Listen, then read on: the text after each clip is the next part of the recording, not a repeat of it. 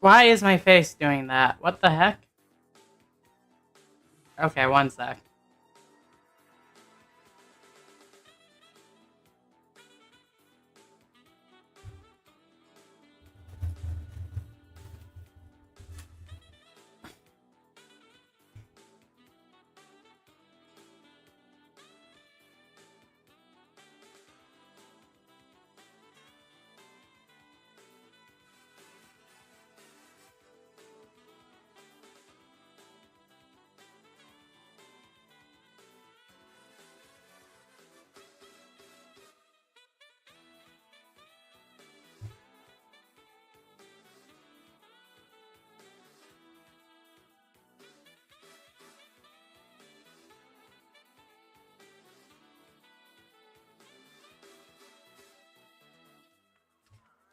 Alright. Hey, stop. What the heck? Why is my... Okay.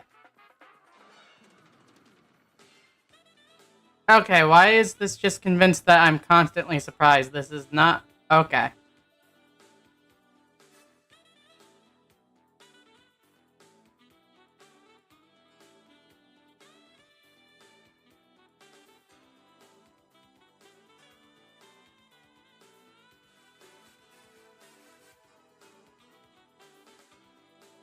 Okay.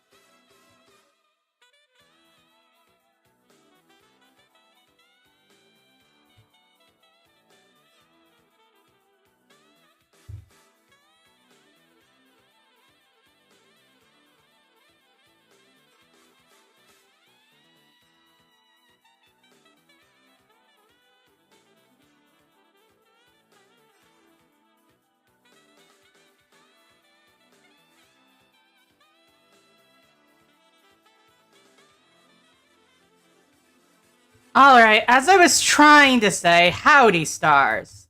TIV here, and we're doing something a little different tonight. Instead of playing a game, we are reading a book. A book that I heard is pretty bad, actually. The Scholastic published Worlds of Power adaptation of the NES Metal Gear. We've got the cover right here. As you can see, Worlds of Power, a novel based on the best-selling Nintendo game by Ultra Games. I guess that's what Konami was calling themselves back then. Nintendo is a registered trademark of Nintendo America. And as you can see, they just censored Snake's gun right out of here, so he's just like, oh, I'm gonna punch you. I'm gonna punch you.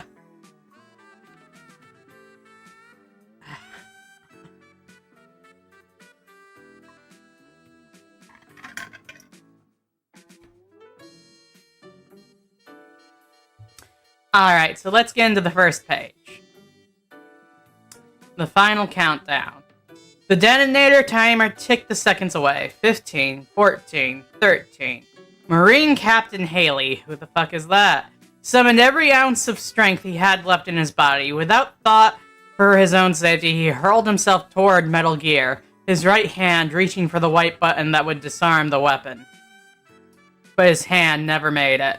As Haley leapt through the air, with only seconds to spare before detonation, the detector, Katafi, raised his pistol and fired.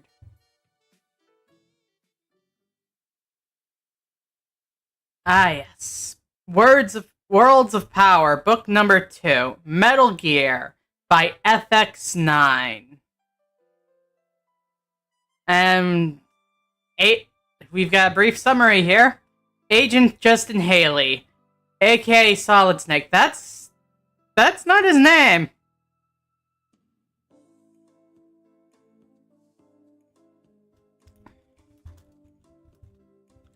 pretty sure Solid Snake's name is David, isn't it?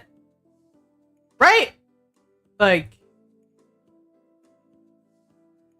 it's been a while since I played a Metal Gear game. His name's David, right?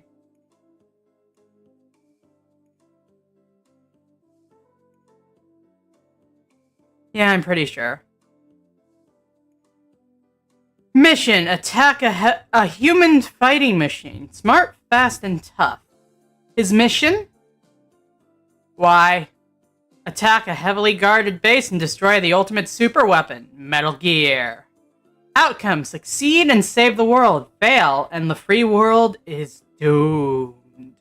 The complete story of the Nintendo action-adventure game with loads of game-solving hints throughout.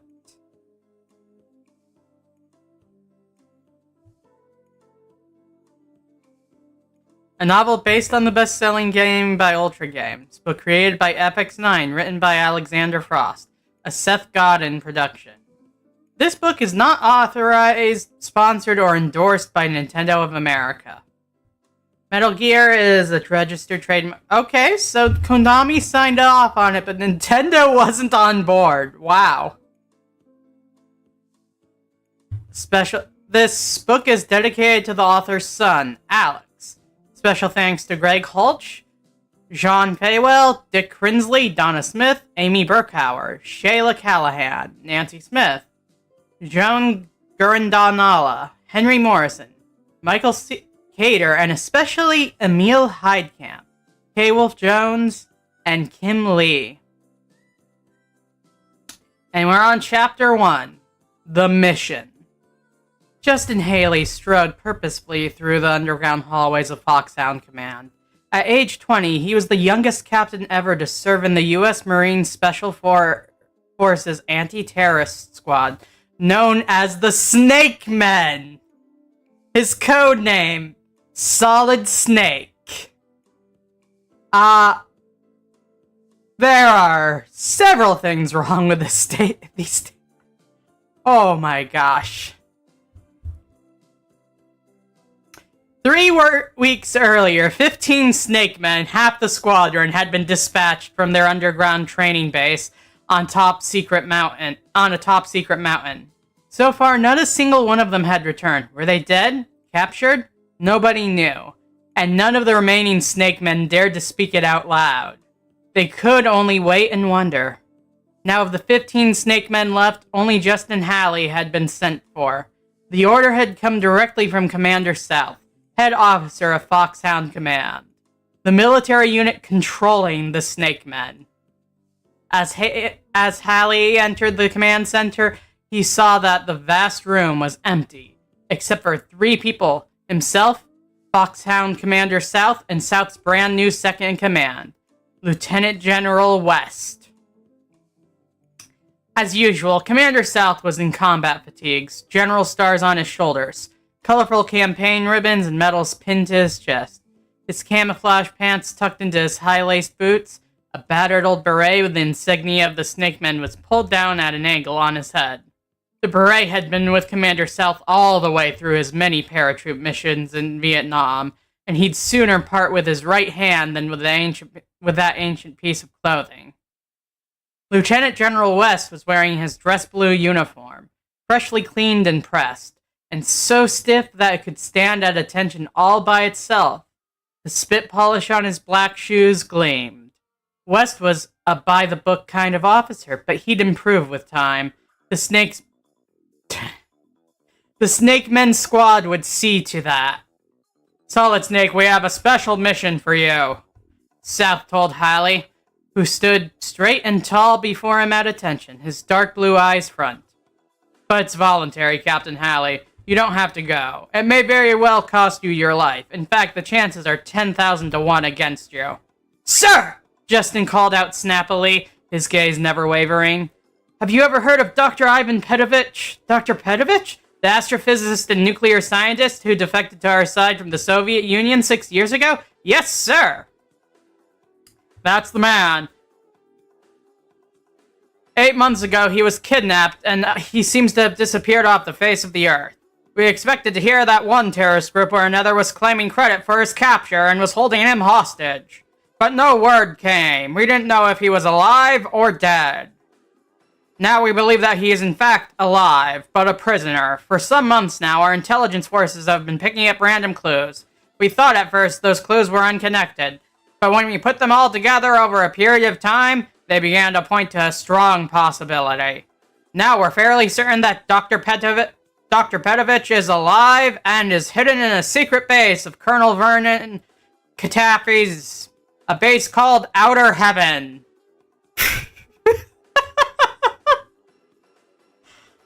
Oh, this is so off.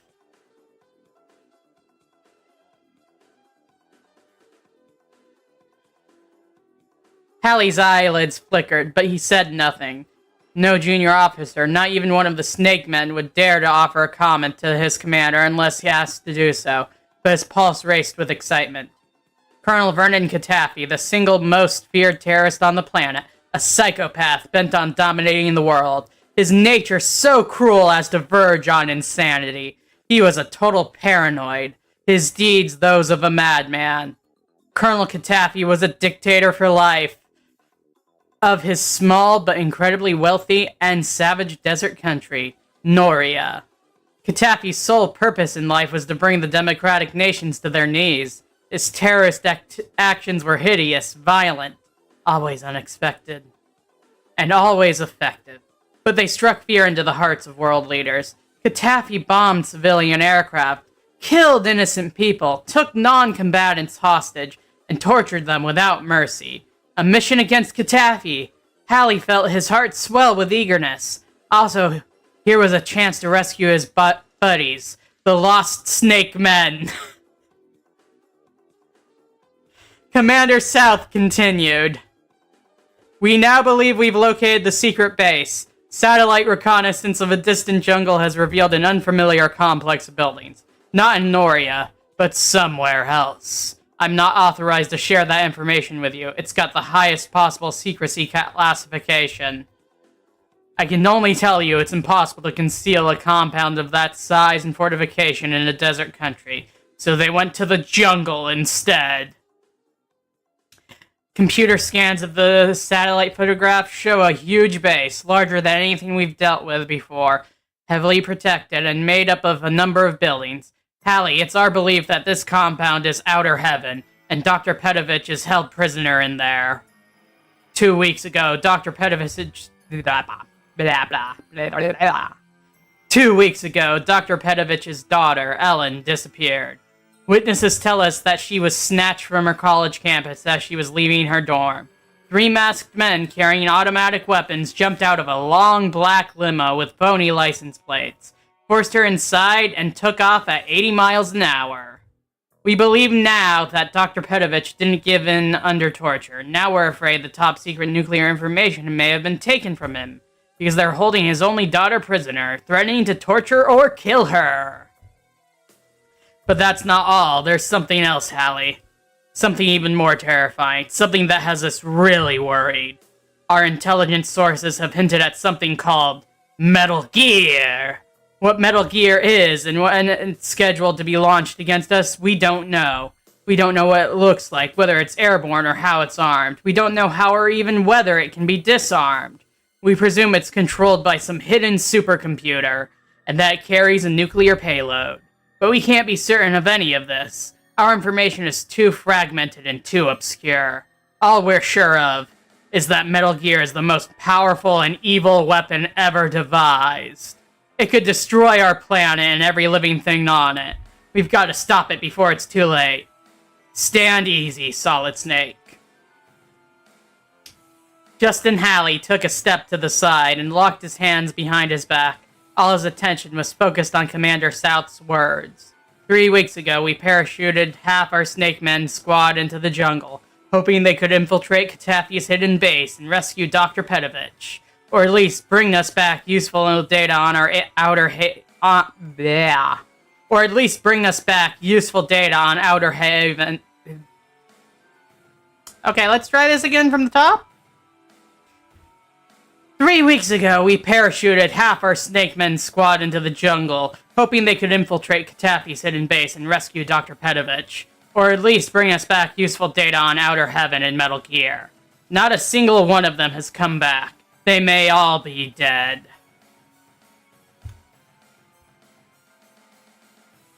There is some chance that one or more Snake Men may be held as prisoners. Our information on that is very scanty, I'm sorry to say. We can only hope that at least some of our men are still alive.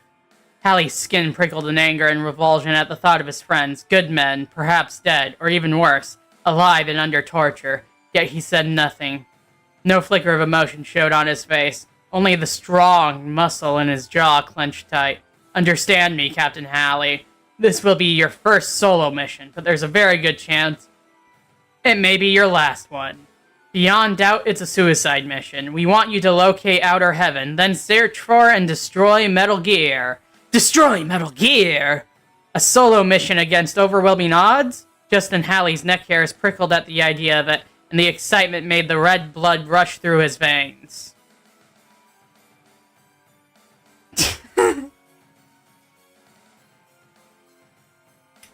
Alright, and we're on to Chapter 2. Mission accepted. We want you to go in alone, continued Commander South, armed with nothing more than a compass. You try to break in fully armed, you'll be slowed down. You won't last 5 minutes.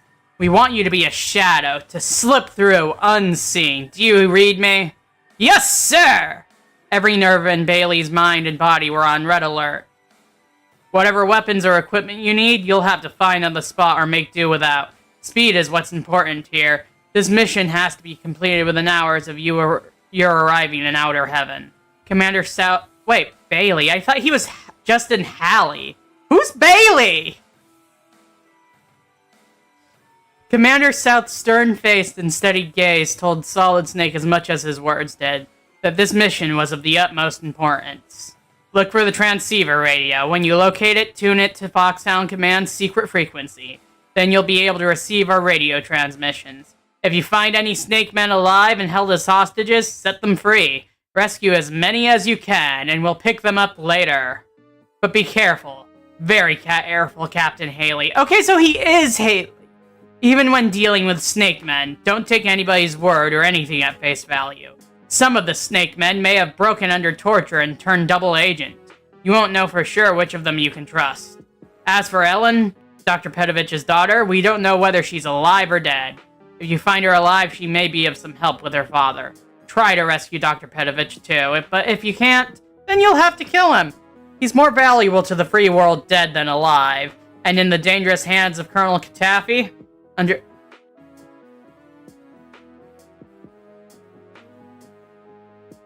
Okay, let's try.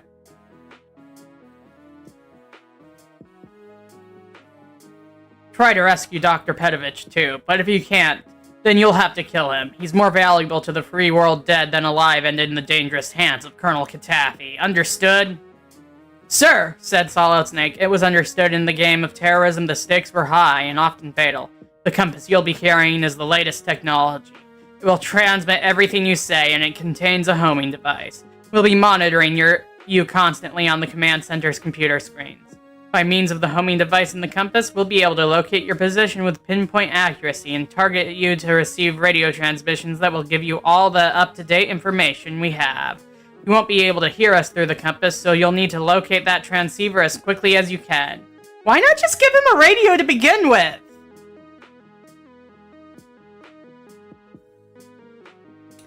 As you penetrate the base, the radio broadcasts will help you as much as we can. You'll be contacted by our agent, codenamed Diana, on wavelength 12033.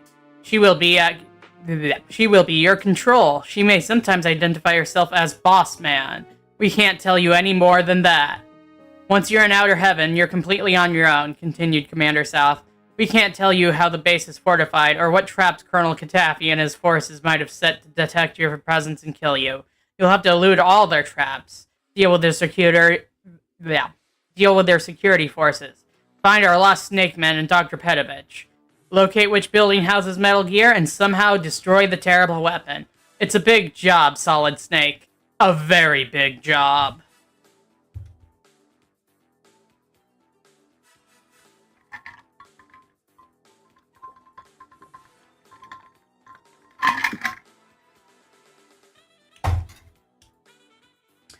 It's the biggest mission one man has ever been sent on. 15 good snake men have already gone in, and not a single one has come back. We can't afford to lose the rest of the squad. We're counting on you, and you alone. But the decision has to be yours. We can't order you in there to face almost certain death. Will you do it, knowing the one chance in a million you have of coming out alive? Do you still volunteer? Sir, yes, sir. Good, you'll leave in an hour, said Commander South, nodding. We haven't a moment to spare. But first, get rid of that uniform you're wearing. South scowled at the crisp olive drab fatigue suit that covered Solid Snake's muscular body. We don't want you wearing or carrying anything that links you to your unit. This mission is top secret. We're issuing you a special camouflage suit. Pick it up at the quartermaster's, put it on, and be back here at 1400 hours. No dog tags. Wear no identification of any kind. Take nothing else with you that might connect you to Fox Sound and the Snake Men, with the exception of this compass. Is that clearly understood? Understood? Nothing. Yes, sir! Justin saluted snappily, turned on his heel, and marched out. As the door to the command center closed behind Hallie, Commander South sighed deeply and rubbed his hand over his brow. Do you think he bought it? Asked General West softly. Hallie, he'll do as he's ordered. He's the best of the Snake Men. I hate to lose him. He's highly trained and qualified. It galls me to have to sacrifice Solid Snake, but that's the way it has to be if we're to stop this madman Katafi and his infernal deadly weapon, Metal Gear. Tell me about the Snake Men. Who are they? For a fraction of a second, South hesitated. The information on the squad was highly classified, top secret, but West was his new second-in-command and therefore entitled to be briefed. Codenamed Snake Men is a unit that doesn't officially exist. You won't find them on any roster in the Pentagon, but somewhere in Utah in a silo deep underground. A picked elite force of 30 young Marine officers has been undergoing intensive anti-terrorist training. It's a different kind of training from anything you've ever imagined, West. In what way, General West asked curiously. In addition to being chosen for their courage, their intelligence and loyalty, for their incredible physical stamina and coordination, the Snake Men have been taught to survive with their bare hands. They've learned to create equipment and weapons out of nothing more than a hostile terrain, any kind of terrain, from big city to deepest jungle to driest desert. At the same time, they've been getting top-secret training in 21st century weapons that the world believes are still only on drawing boards. I'm proud to say that our Snake Men are trained to handle virtually anything. Most important of all, this unit has been selected for their intelligence and swiftness of mind. The Snake Men have been trained to use their brains, to outthink their opposition, to project themselves into the actual mindsets of the enemy, so that they can strike first, just like the snake for which they're named.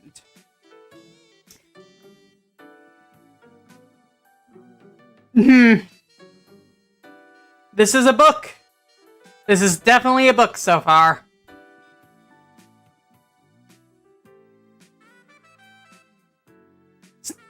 Snake brains. Okay, that's not what I meant to read. Snake Men use their brains before their guns in any situation, even when it threatens their own lives. Yet they obey without thought or question the orders of a superior officer. In a world filled with warfare and terrorism, where space-age technology has made the destruction of the Earth more than a possibility, the Snake Men have been chosen to be saviors. And Hallie? As I said, Justin Hallie is the best of the Snake Men. He'll be almost impossible to replace. But we have no choice. Metal Gear is the most serious threat to democracy we've ever been up against. It's a weapon of unlimited potential for destruction. The future of the free world depends on our finding it and destroying it. If you're going to use Solid Snake as a diversion device, then why did you give him the compass? Prompted West. It's a phony. It's just an ordinary government-issued compass. Nothing special about it. It's just something for Hallie to hang on to. But we will definitely be tracking him. The real homing device is a microscopic electric unit sewed into his left sleeve of his new camouflage suit. That way, Jennifer can pinpoint him for radio transmission. Jennifer? You told Hallie Diana would be transmitting over the radio. Commander South chewed at his lip. Jennifer will also be transmitting, but Solid Snake won't actually pick up her signals because she'll be on a different frequency. He'll get Diana's instead, and she'll lead him around with false clues for as long as possible so that we can buy a little time to set up the real raid. So Hallie is to be used as nothing more than a decoy? General West looked puzzled. I'm afraid so. We're sending him in to create a diversion, a smokescreen. Then the real attack by the full forces of Foxhound Command can take Colonel Katafi by surprise, catch him off guard, defeat him, disarm Metal Gear, save as many of our Snake Men as are still alive, and rescue Dr. Petovich and his daughter. The commander smiled very sadly, and West could see the pain in his eyes. It was obvious that Commander South hated the deception he'd been forced to practice on his Marine captain, Justin Hallie. Captain Hallie, Solid Snake, is brave and loyal, and very fast on his feet. Most of all, he's logical and quick-thinking. Of all the Snake Men we have left, he'll buy us the most time. So what you're saying is that Captain Hallie is expendable, asked West. Commander South sighed hopelessly. Worse than that, he's disposable. That doesn't sound... okay. Wow.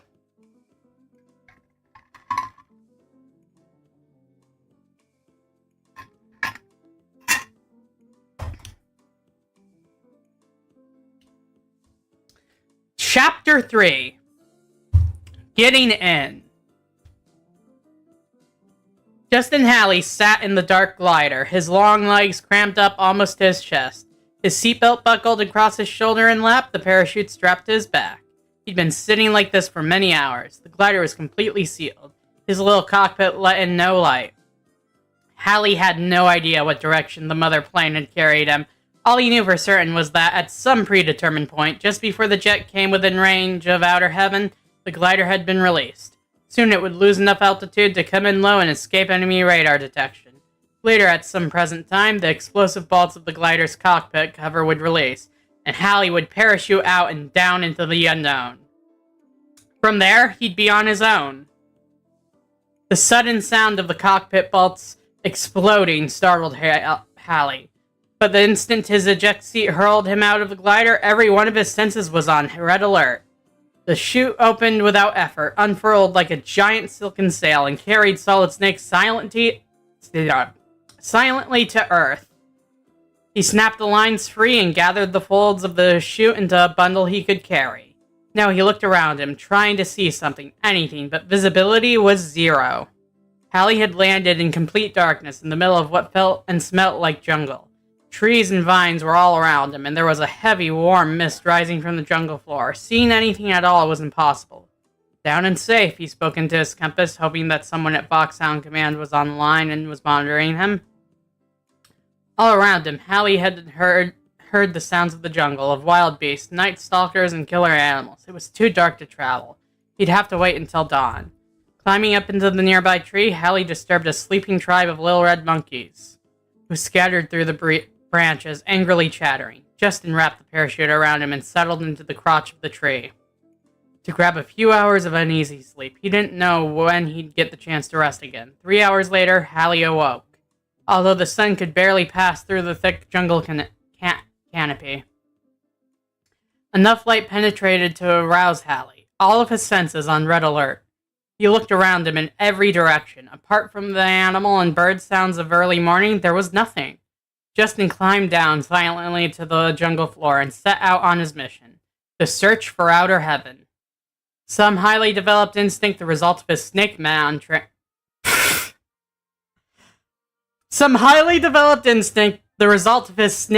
training, led his feet west.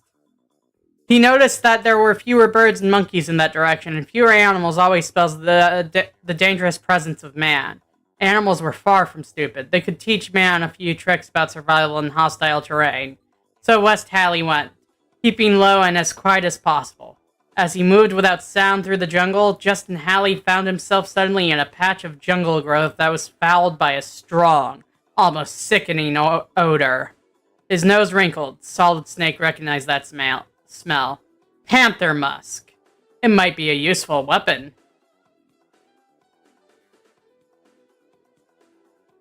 Rubbing himself against the jungle plants, Hallie let the heavy, musky cat smell seep into his suit of camos. Now he smelled exactly like a jungle killer. Other animals would keep out of his way unless, of course, he should bump into another male panther. Then he'd be in for the battle of his life. Solid Snake smiled at the thought of himself in a cat fight, although it would be no laughing matter if it actually What? At last, after 3 more miles, trudging through dense, dank vegetation, Justin Halley saw light ahead. That could only mean a clearing, a man-made clearing. Trees had been cut down around a huge circle, several miles wide, and the leafy canopy had a large hole in it now. Sunlight poured down. Careful now, Halley crouched down and edged forward very slowly.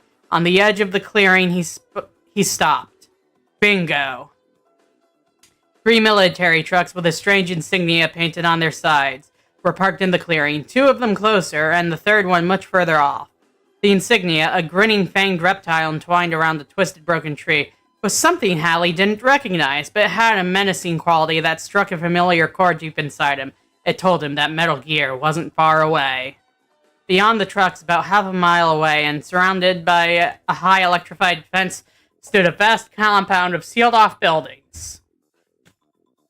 They appeared to be made of cast concrete or heavy stone, and they had no visible windows. Solid Snake grinned. The satellite photos of Foxhound Command were on target. This massive and menacing compound must be outer heaven.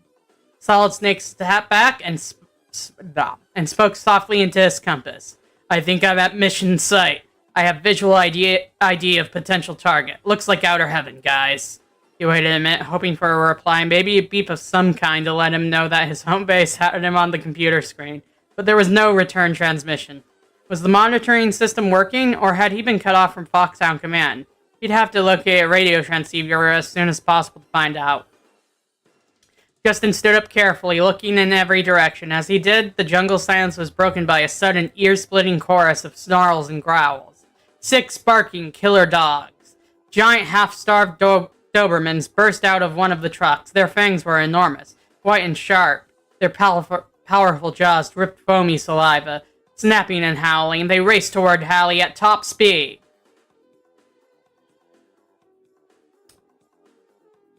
Okay.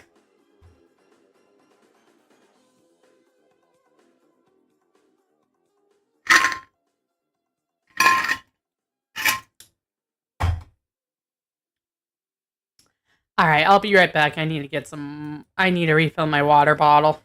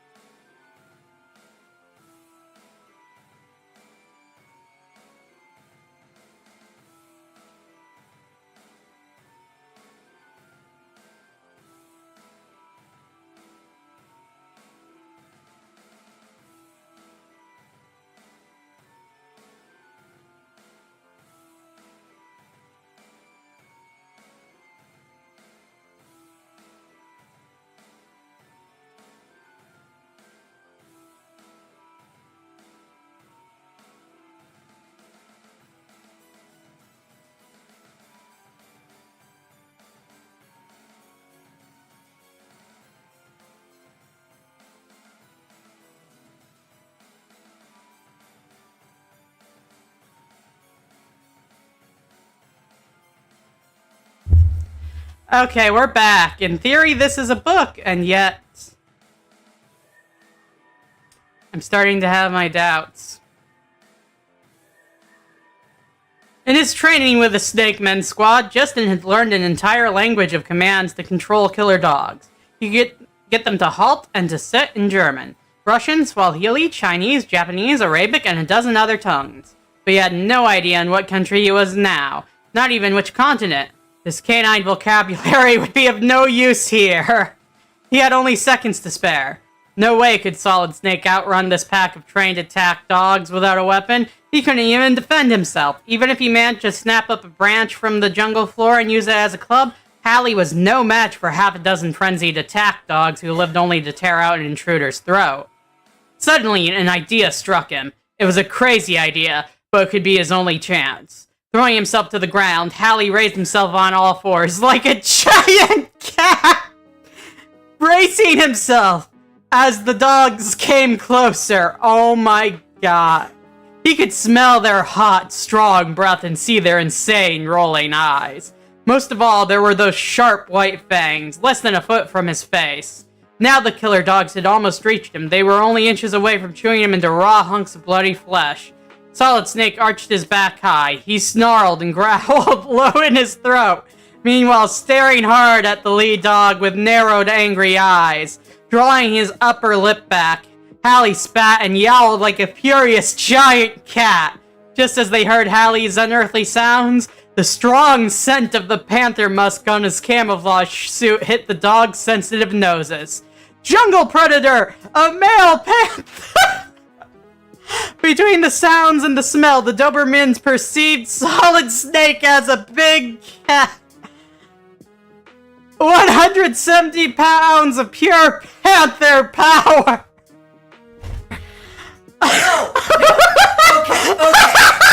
Okay. No, he would do that.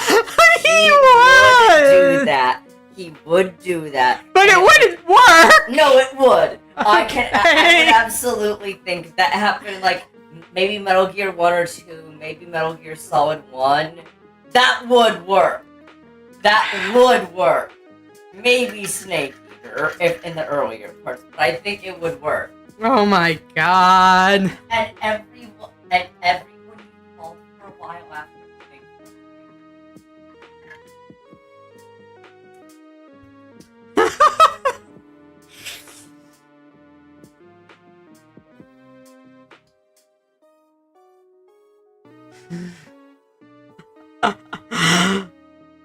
Okay, I have to read that line again, though. Just... oh my god.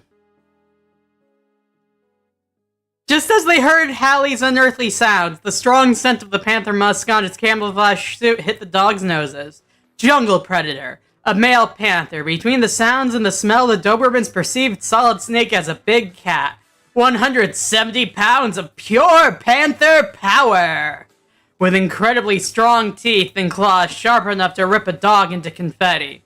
The Dobermans skidded to a halt, yelping, then turned tail and rushed away, almost knocking each other over in their eagerness to escape. Oh my... Hi there, Jericho and Centimus! Laughing under his breath, Justin but Hallie watched them go. Then Hallie's expression turned serious. He had some heavy work to do. Crouching low, he slipped silently, almost invisibly, across the clearing to the nearest truck, about 50 yards away. He kept his eyes peeled for guards, but saw none. Empty. The truck stood empty. No guards, no dogs. On the seat in the truck's cab, a pair of powerful rubber-cased field binoculars had been left. Solid Snake's hands closed around them in triumph. The binoculars were the first piece of the equipment he'd need. Now he was on his way. Should he commandeer this truck? No, the third truck, parked furthest from him, was closest to the gate of outer heaven. That was the most useful one. By the time he'd made his way over there, he'd know if any of the trucks were guarded. The second truck was in fact guarded. Inside the cab, the uniformed guard, a muscular man with a heavy black mustache, was drowsing in the front seat. Hallie came up behind him with a sound. The man only turned in his sleep, snoring. Two swift rabbit punches from Solid Snake's strong, quick fist, and the sleeping guard was out like a light, on a one-way ticket to Dreamland. One down, but was the sleeping guard alone? Guards almost always come in pairs. Wait. What's a rabbit punch? Is that a thing?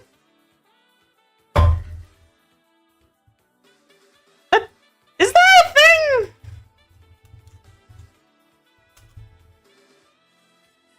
Okay. It's a blow to the back of the head. That makes sense. That does make sense. Okay.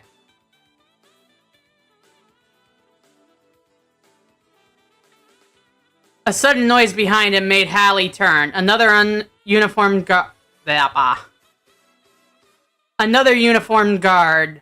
tall and heavy, was leveling an automatic weapon at Solid Snake's stomach.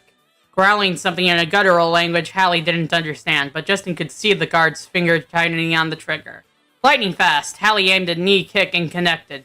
With a cry of pain, the big man went down, and an open-handed chop to his hairy neck finished him off for now. He lay still, not even twitching. Solid Snake looked around. The overpowering of the two guards had been so swift and silent that no alarm had been raised. Yet. But it could happen at any moment. Should he take the guard's the guard's machine gun weapon? No, Hallie might encounter metal detectors on his way into the Outer Heaven compound. Better wait until I'm inside it, he thought. But something else caught Justin Hallie's eye. He knelt down at the side of the fallen guard. Attached to the big man's uniform by a pin was a plastic card, bearing the same strange insignia and encoded with a series of raised symbols. Hallie recognized it immediately as a key card that might activate at least one of the electronic doors and gates of the Metal Gear base. The fallen man must be an officer, to be authorized to carry a key. This was a real piece of luck. Solid Snake pocketed the key card and moved rapidly toward the third truck. The third truck was empty and unguarded. It was parked fairly close to the gate of the base. Justin Hallie got behind the wheel and put the truck into low gear. The vehicle moved slowly toward the entrance of the base. Driving with one hand and feeling around on the front seat with the other, Solid Snake found a package of half-eaten rations. Evidently, the men must have recently had their breakfast. Cautiously, he took a nibble, tasted it, and made a face. Government-issue field rations are the same all over the world, he thought. They may be packed densely with nutrition and vitamins, but they taste like a cross between cat food and an old rubber tire. Even so, he chewed the rations quickly and swallowed grimly. No telling when he'd get another meal, and this so-called food would at least give him a quick energy boost. Also on the seat was a pack of cigarettes. Hallie reached for them, but drew his hand back. Could they be poisoned? His instincts told him that they could be a deadly trap, and even if the cigarettes contained no added poisons, they were deadly enough in themselves. He decided to leave them where they were, but he did take the matches. Matches could be used in many ways. The truck was at the gate now. Solid Snake slipped out of the driver's seat and crouched down, keeping the vehicle between him and the gate while his quick eyes darted around, checking for guards. Two armed men were patrolling, but they were overconfident, talking to each other in the same strange language. They didn't expect to see Hallie, so they didn't see Hallie. He had made himself into a shadow, as he'd been trained. Holding his breath, Solid Snake waited until they passed along to the far side of the electrified fence. Then Hallie duck-walked up to the gate. Duck-walked up to the gate, looking for the electronic lock. When he reached it, he stood up. This was it. Okay, so this was an adaptation meant to make the story somewhat digestible for kids, presumably, right? And I know duck walking doesn't necessarily mean what I'm imagining it to mean.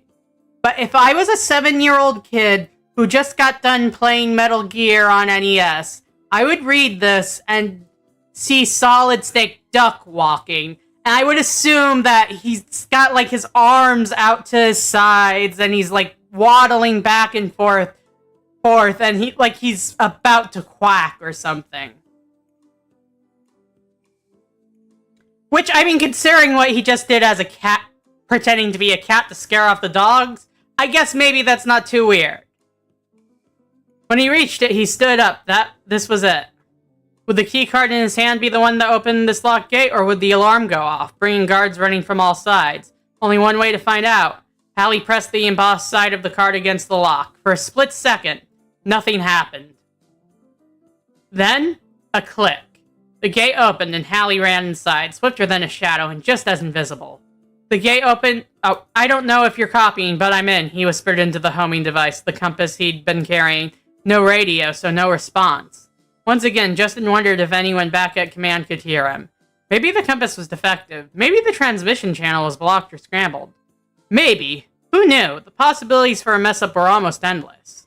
What he didn't know was that although the compass was really just a compass, he was transmitting after all, through a hidden micro-radio that had been sewn into his sleeve back at the base. He's in, Commander South announced, his eyes on the large computer screen. Heaven help him, whispered General West.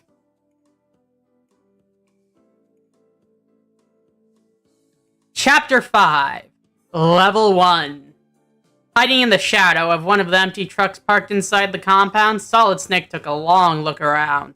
What Hallie was looking for was something that would give him an indication of where Metal Gear might be concealed. A hatch leading to an underground silo, maybe. Or a building within the complex that was more remote and more fortified than the rest. But he was handicapped by the fact that nobody in Foxhound Command knew what Metal Gear looked like.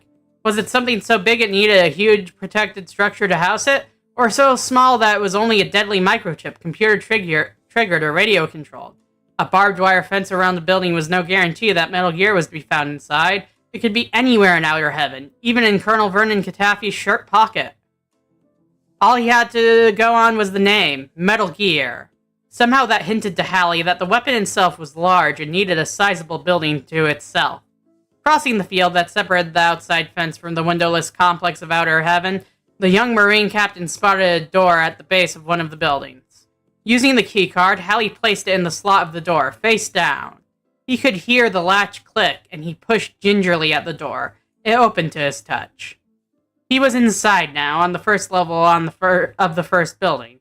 He pressed himself against the wall, becoming a shadow, and let his eyes do the walking. Let his eyes do the... What does that mean?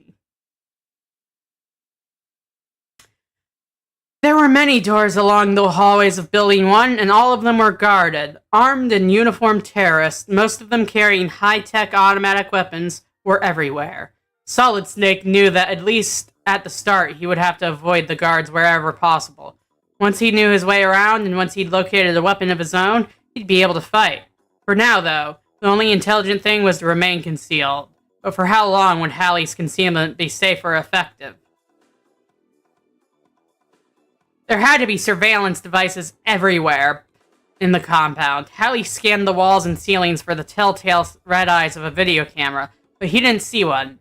That could mean the cameras were hidden from view, or it could mean that other types of sensors might be operating.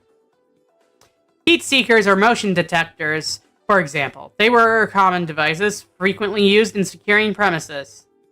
Those would certainly tip off the terrorist leader to the presence of an intruder. But if that were so, wouldn't the patrolling roads... why did I read it like that? Patrolling guards confuse the sensors? No, it had to be hidden video cameras linked to some giant console control board somewhere in the complex. Solid Snake looked around for stairs leading to the upper floors, but he didn't see any.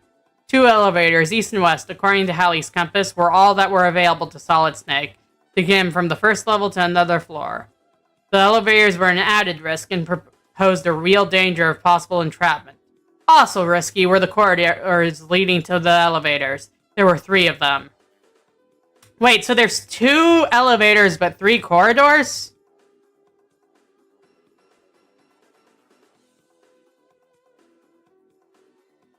Hallie took the one to the left. He found himself facing 3 doors. He tried his key card in the first door, but it didn't respond. Why not?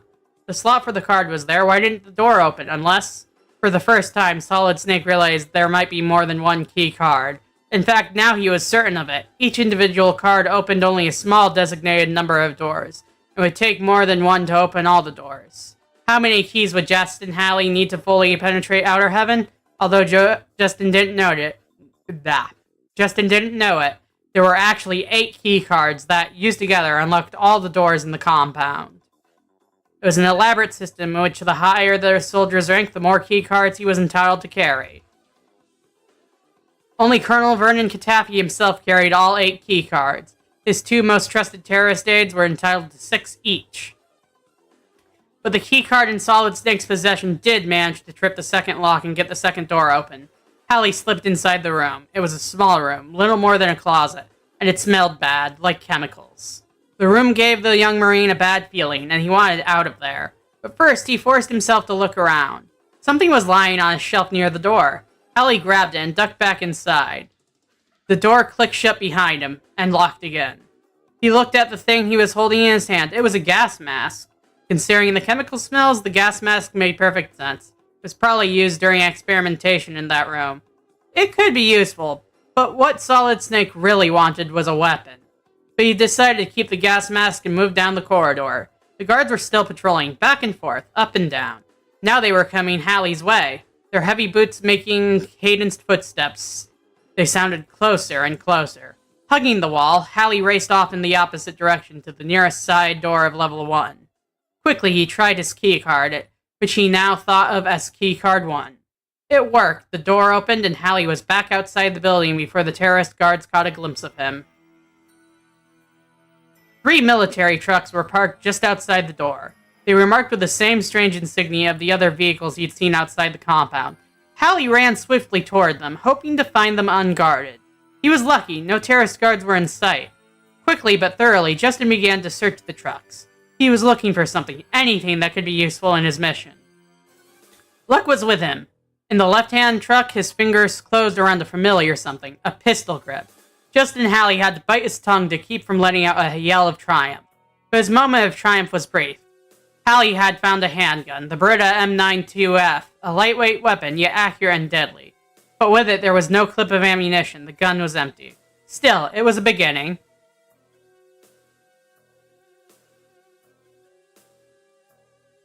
Oh, game hit! Get the rocket launcher on the 2nd floor of Building 2. After you have earned 4 stars, call Jennifer on frequency 12048. Okay.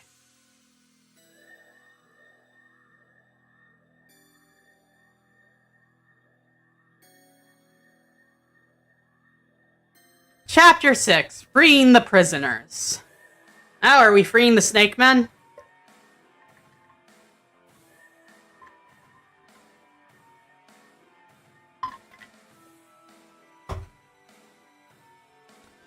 Quickly, Solid Snake pocketed the empty Beretta and moved on to the right-hand truck. He avoided going near the truck that was parked in the middle, convinced that it was a trap. He'd noticed an almost invisible wire snaking from under the truck's chassis, and rightly presumed there was a detonator somewhere and explosives in the truck. But maybe the truck on the right had some clips of ammo stashed in it to use with the gun. He searched it carefully, but it yielded up nothing in the way of bullets. It did have a special steel pocket hidden in the door of the cab. Using all his strength, Hallie forced it open and found some anti-tank mines. Good, these might come in handy. Hallie added the mines to the small but growing arsenal he was beginning to put together. With the mines and the Beretta, Hallie made his way back across the compound, and used his keycard to get back inside Building 1. Peering around the corner, Hallie could see the guards approaching. He was close to the east elevator. It was his only chance. He dashed quickly to it and used his keycard to get the door open. The guards passed an instant after the elevator door closed. They saw nothing. Hallie pressed the elevator button for the 3rd floor. He decided to try to proceed systemically from the top floor down. But when the door opened, Solid Snake caught a glimpse of something familiar. Little red eyes. There were infrared sensor cameras on the 3rd floor, unblinking, all-seeing little red eyes. The young Marine captain had to keep tight up against the walls to avoid the surveillance lenses. He figured that the entire complex must be monitored, some parts with cameras, others with heat-sensing or motion-sensing devices. How long would he be able to escape detection? Justin Hallie suspected that the evil Colonel Katafi was using part of Building 1 as prison cells for the Snake Men he'd already captured. It's part of Hallie's mission to set them free, but Commander South had warned Solid Snake that perhaps some of the Snake Men had turned double agent, and shouldn't be trusted. Hallie found that hard to believe. The men in his squad had all been courageous, highly trained, loyal, and patriotic. The Snake Men were the best handpicked. Their special forces training was the toughest in the world. Only the handful that came out of it in one piece were allowed to call themselves Snake Men.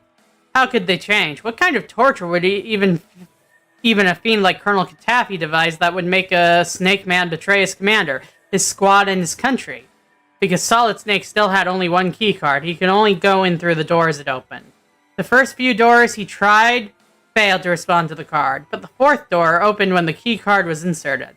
In the center of the room, a prisoner was tied in a chair, moaning, nearly unconscious. The prisoner was Chuck Robinson, a Snake Man, a good friend. Hallie should have stopped in the doorway to assess the situation for potentially lethal booby traps or explosives. All his training had prepared him for caution above everything. But he couldn't help, and when he saw Chuck in that chair, he ran forward to his buddy's side. Chuck! Chuck, it's me, Hallie! The man stirred and raised his head a little. Solid Snake? Justin, is that you? It's me, good buddy! Let me get these ropes off you. Think you can stand up? I'll give it a try. But Robinson was not in any shape to stand. When the ropes came off, he fell to the floor in a heap. It's no good, Hallie. Leave me here. Try to set some of the others free. They may be able to help you, maybe if I rest a while. Solid Snake was reluctant to go, but there were over a dozen other prisoners. If they were alive, he had to find them and set them free. They were his Snake Men brothers, his comrades in arms. He couldn't leave them here to die. Listen, Justin, this is very important. The heat panels. The heat panels! Don't try to talk, Chuck. Just take it easy. No, you've got to listen to me. The heat panels. You can't get to Metal Gear without crossing the heat panels. They're terrible. Terrible. Burning. They burn. Chuck's delirious, thought Solid Snake. He needs medical attention badly. Eat the rations, eat the rations. You've got to have plenty of rations if you want to make it through, or you'll die. On the heat panels. Chuck kept mumbling the same words over and over. His voice weak, but his words heavy with urgency. Right, good buddy, will do, said Solid Snake softly. Listen, Chuck, I'm going to leave the door unlocked for you. Try to make it out of here. If you can't, I'll come back and get you after I finish with Metal Gear. Is that a go? Chuck nodded wearily. But the heat panels, he said again. Listen to me, you've got to raise your own body temperature. If you want to survive, you gotta eat.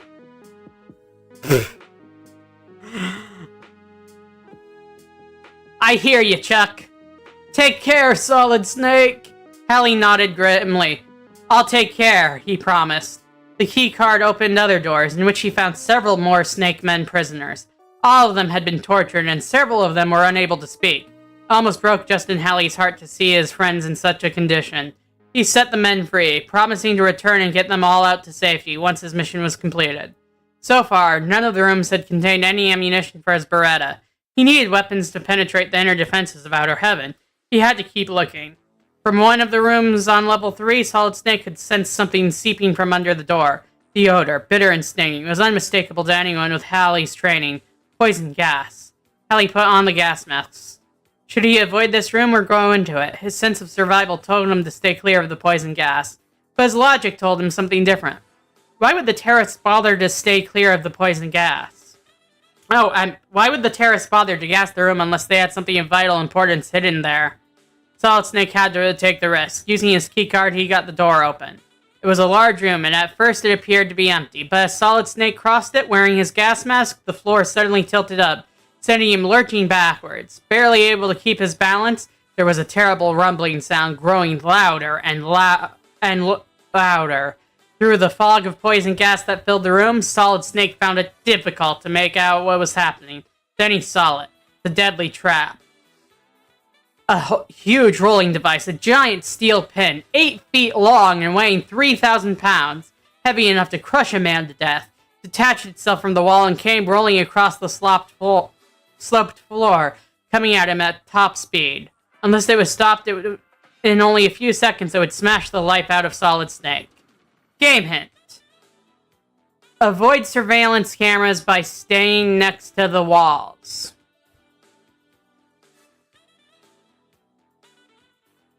Alright, and we're on Chapter 7, The Terrorist's Face.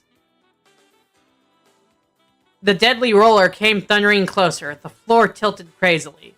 Solid Snake staggered and found it impossible to stay on his feet. The pin was moving more rapidly, gaining momentum with every second that passed.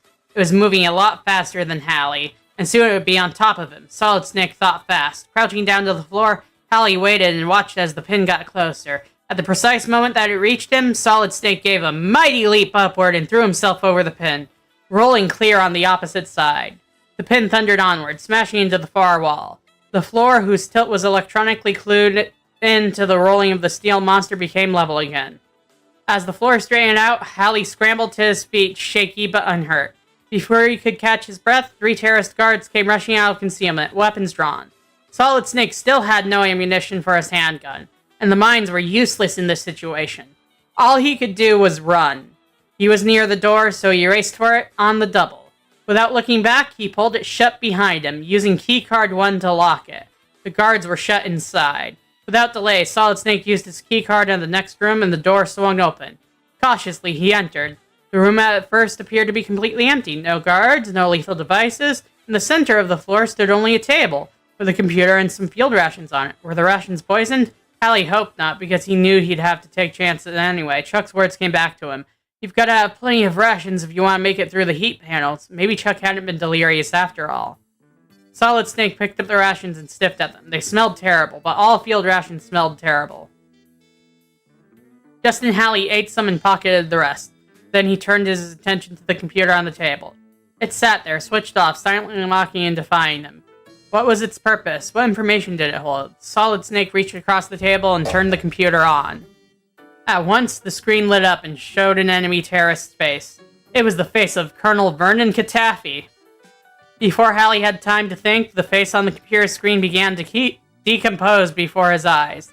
The picture turned into blocks, and the blocks were quickly scrambled into the face was an unrecognizable jumble. A small clock appeared on the screen, ticking the seconds down from 20 to 19 to 18. Hallie realized that this was a crucial identification test. The computer thought he was a terrorist and was putting him through a special run to make certain of his identity. Each person using this computer screen had only 20 seconds to unscramble the face. The guards were trained in this exercise, but Hallie was not. Oh my god. Hi there, Memesley V3, and you know, I actually really like Metal Gear 2, but this book is something else, I've gotta say.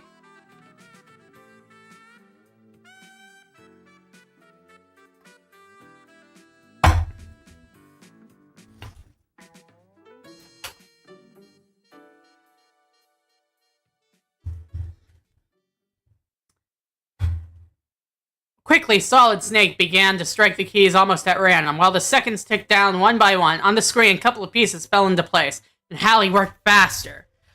But at the same time, with more focus. The trick was to pay as little attention as possible to the clock counting down from 12 to 11 to 10 to 9. Just get the job done. 5, 4. Hallie had only 3 pieces of face left to go. But one piece he'd unscrambled before was in the wrong place and was blocking the right piece. Deep breath. Do it. Just do it. 3, 2. The final piece clicked into place a nanosecond before the countdown stopped. There on the screen, the terrorist's face had been reassembled. Solid Snake heard a click. From a slot in the side of the computer came a small sound, and a keycard slid out. His reward for getting it right, a keycard. The computer had fallen for his trick. He compared it to the first keycard he had found and noticed that there was a pattern to the bumps on the cards. With 2 cards in hand, it was easy to see that the pattern was a numbering system. This was card 2. The bumps were carefully laid out in sections. He could tell that there were 8 cards in all. Now he had more rations and another precious keycard. The next room couldn't be opened with keycard 1, but the door did open at the press of keycard 2. Inside was another bound Snake Man prisoner, Jim Tibet. Solid Snake, thank God you're here. I just about given up hope. I have a message for you from Diana. She says Gray Fox infiltrated the enemy several days ago. They captured him, but he is alive. Gray Fox was squad leader of the Snake Men. Could Justin Hallie rely on the truth of that message? How could Diana have gotten through to Jim? And when? Before he was captured, could he trust Tibet, or was this only some kind of lying trick to divert Solid Snake from his main objective, Metal Gear? Hallie looked deep into Snake Man Jim's eyes. The fact that you describe him as Snake Man Jim. Searching for the truth. It seemed to him that he saw it there, but if he were wrong, if Jim Tibet was lying and Hallie believed him, the mistake could easily prove fatal. Yet he really wanted to believe that Gray Fox was still alive. What should he decide? Solid Snake was torn between his desire to set his friends free and get them to safety, and his mission to find Metal Gear, wherever and whatever it was, and destroy it. It was a hard choice, but the mission came above everything. Those were his orders, and he was here in Outer Heaven to obey them. If on the way he found Gray Fox alive, that would be icing on the cake, but he couldn't stop to look for him. He resolved in his heart to keep his eyes open for Gray Fox, and to question every prisoner he set free about the squad leader. If anybody could help him on this mission, it was Gray Fox. I'll come back for you as soon as I can, Hallie promised Tibet. Hang in there, Jim. Rest up. The door is unlocked now, so be careful. I will, Jim replied, weakly shaking Justin's hand. You be careful, too. In the next room, opened by keycard 2, Hallie was hit by odorless poison gas as soon as the door opened. He felt his lungs choking with pain. With only seconds to spare, he got his gas mask on. Something caught his eyes. Even through the gas, taped to the baseboard on the far wall were 3 clips of ammunition for the Beretta, bullets. Now he felt like a combat marine again. Now Solid Snake was armed.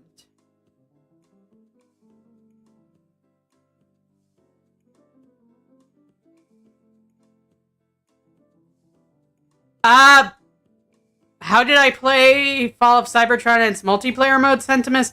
I already own the game, and there's a mod to re-enable multiplayer mode. You can't buy the game, but if you already owned it, you can still re-download it.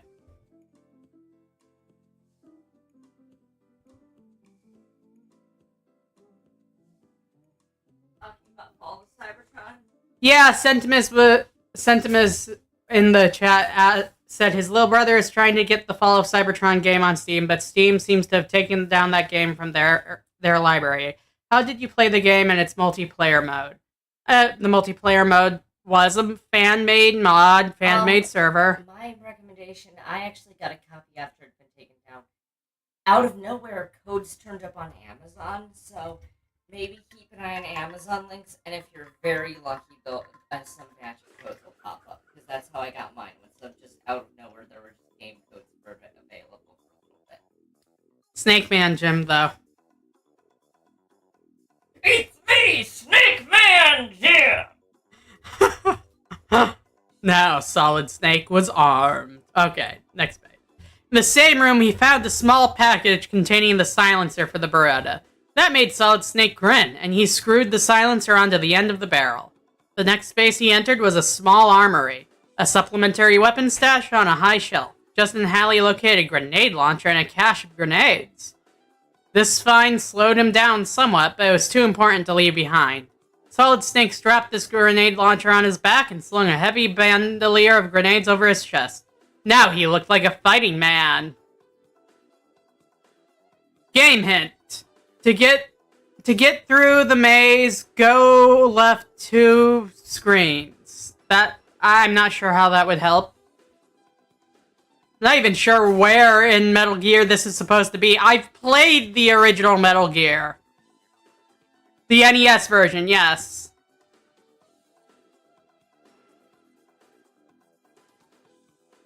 And, like, a lot of the names here are familiar, but... Oh my god, this still feels so off. Where's Big Boss? Why is Big Boss's name in this book Colonel Katafi? Alright, we're on chapter 8. Captured. Hello? Whispered Hallie urgently into his compass. Hello, Control, do you copy? Was there anybody on his side listening to him, monitoring his whereabouts? Hallie didn't know. Doggedly, Solid Snake kept moving forward from one room to another. He hoped to find Gray Fox, but his first priority was to locate a transceiver radio as soon as he could. Time was crunching Justin Hallie. He needed to receive his radio message from Control to guide him further into the depths of Outer Heaven. And he had to have those radio transmissions soon. Hallie was feeling isolated, as though he'd been completely cut off from Foxhound Command. He didn't even know if his homing device, the compass, was operational. Was the base receiving him? Were they tracking him? Did he even know he was Did they even know he was still alive? Taking the elevator down to the first floor, Solid Snake made up his mind to try keycard 2 to open those locked doors that hadn't responded to him when he had only keycard 1. To locate Metal Gear, he would need a lot more clues. You can't. Like Cassie said, your best bet is if you can find a code on Amazon and then put it in Steam, you can get it. But otherwise, your only option is yo-ho-ho! Piracy.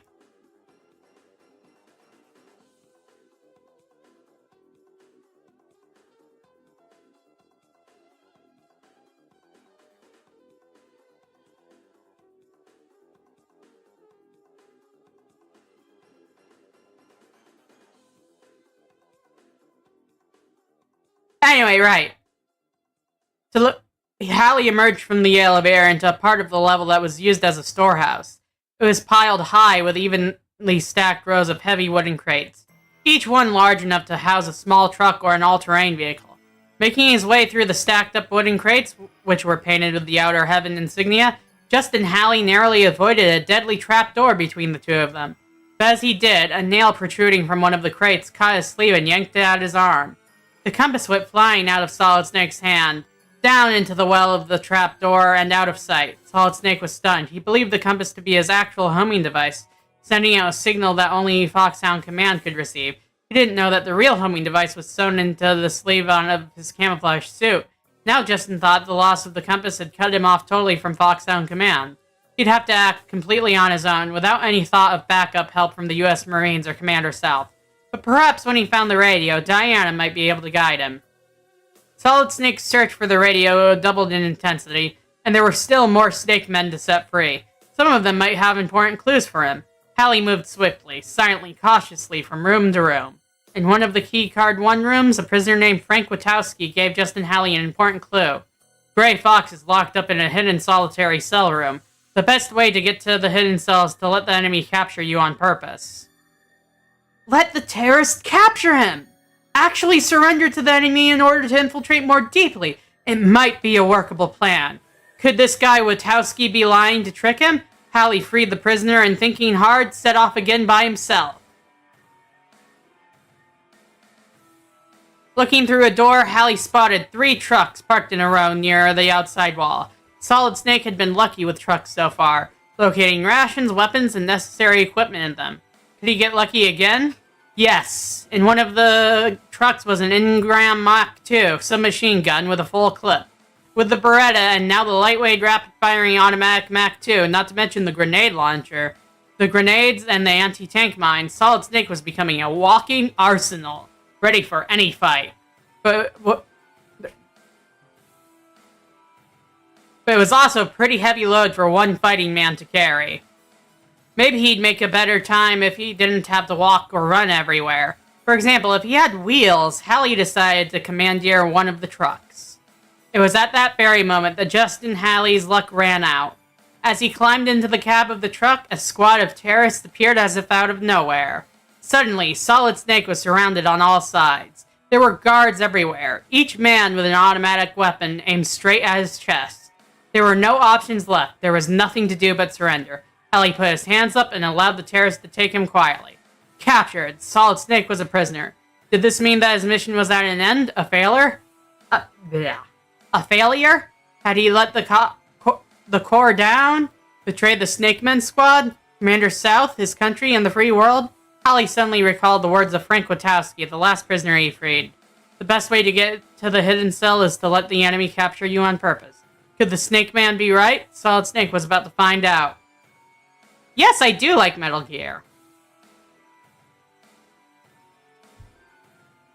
But this book is...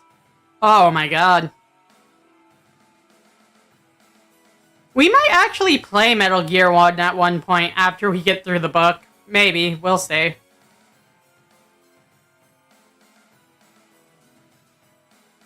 And then after Metal Gear, go straight to Metal Gear Solid.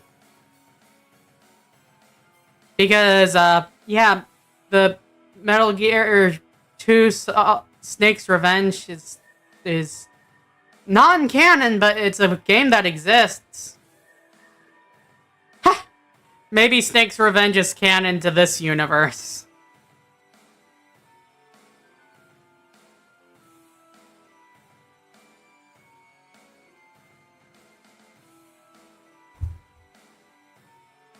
Roughly, the guards stripped Halley of his bandolier of grenades, the gas mask, the Beretta, the Mach-2, the anti-tank mines, the ammo, the grenade launcher, the binoculars, the rations.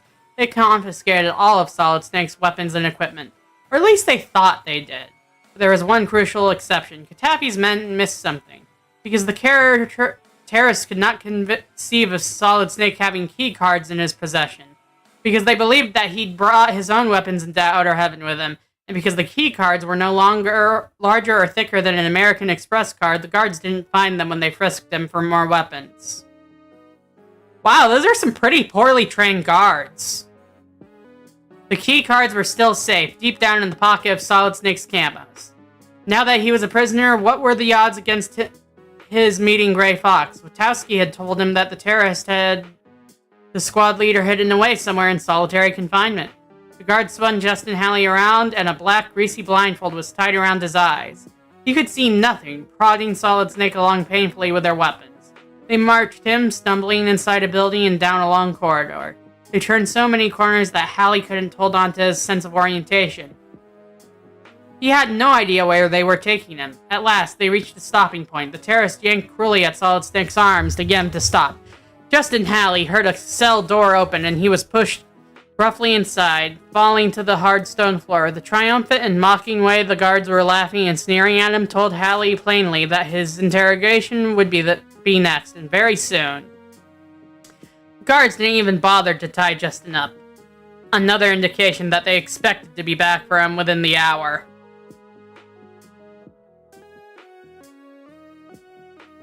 The door clanged shut. Reaching behind him, Solid Snake struggled with the thick knot of his blindfold until he got it off. The cell was so dimly lit that it was hard to make out anything except shadows. But in a few seconds, Halley's eyes had adjusted to the lack of light, and he looked around him. There was a chair in the corner in which was tied a single prisoner. Barely conscious, he was bound and gagged. Justin Halley went to the prisoner. He removed the gag and untied the ropes that were cutting sharply into the man's wrist. Gently, he lifted his head to look at his face. The man's features were so swollen as to be unrecognizable. "Can you talk?" Justin whispered. "It's me, Halley." "Solid Snake," the man whispered back through cracked lips. "So they sent you. I'm Gray Fox." The prisoner's voice faltered, and his words became so faint that Halley had to press his ear against the squad leader's lips to hear what he'd say next. "Listen carefully. We have very little time. The enemy is constructing the final weapon, Metal Gear. How close are they to having it finished?" demanded Justin. "Very close. Perhaps less than an hour away." Gray Fox's words came slowly and painfully. "Hang on, Gray Fox," urged Solid Snake. "Don't leave me now. I need you. Can you describe Metal Gear? How does it work? Is it large? Small?" "No. None of the Snake Men has seen it. You know which building it's in?" "No. It's very well hidden. You're going to need a map." "A map? What map?" This was the first that Halley had heard about a map to Metal Gear. "Where will I find this map?" he asked intently. The squad leader tried to raise his head, but couldn't. I don't know. I only know there is one." "What about Dr. Petovich?" Solid Snake asked. "Have you any clue to where they may be holding him?" Gray Fox shook his head painfully. He could be anywhere. Katafi keeps moving him around." "And Ellen, his daughter, is she here too?" "Yes, Katafi's men kidnapped her in order to make Dr. Petovich talk." "Didn't know that." It's obvious that Gray Fox was fading quickly. He needed a doctor. Halley felt the urgency of the situation tightening around him. This was the leader of his squad. He couldn't just let him die. He had to rescue Gray Fox. "Solid Snake, listen, not much time. Can you get us out of here before they come back for us?" "I'll try," promised Halley. "But with what? His bare hands?"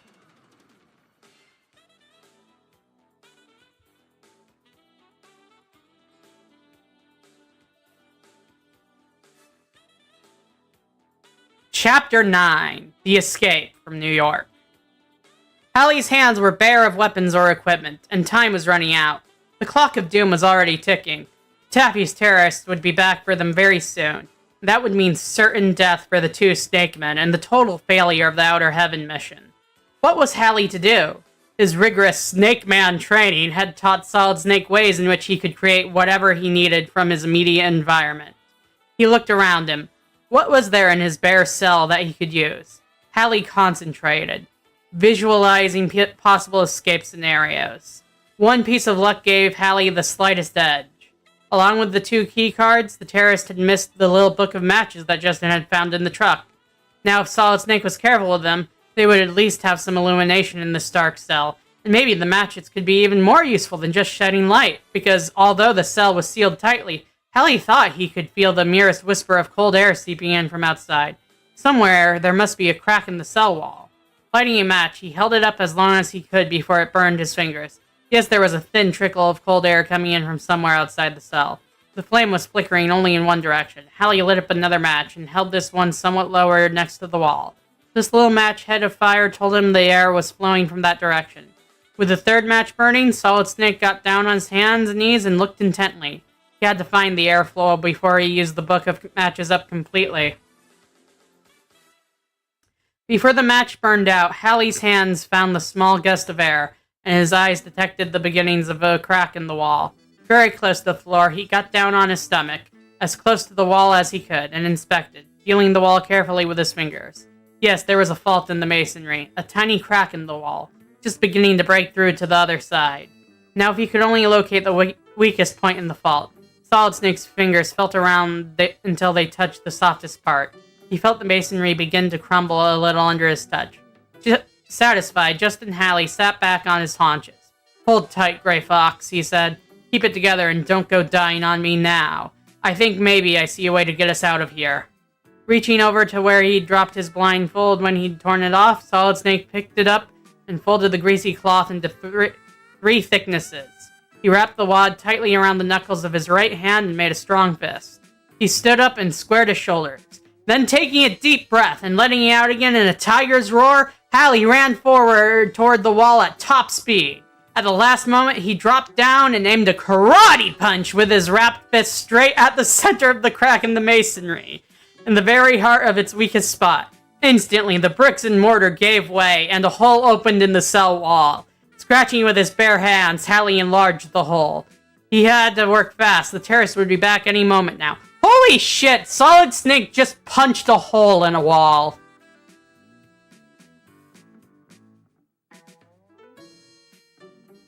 At last, the hole was large enough for a man to pass through.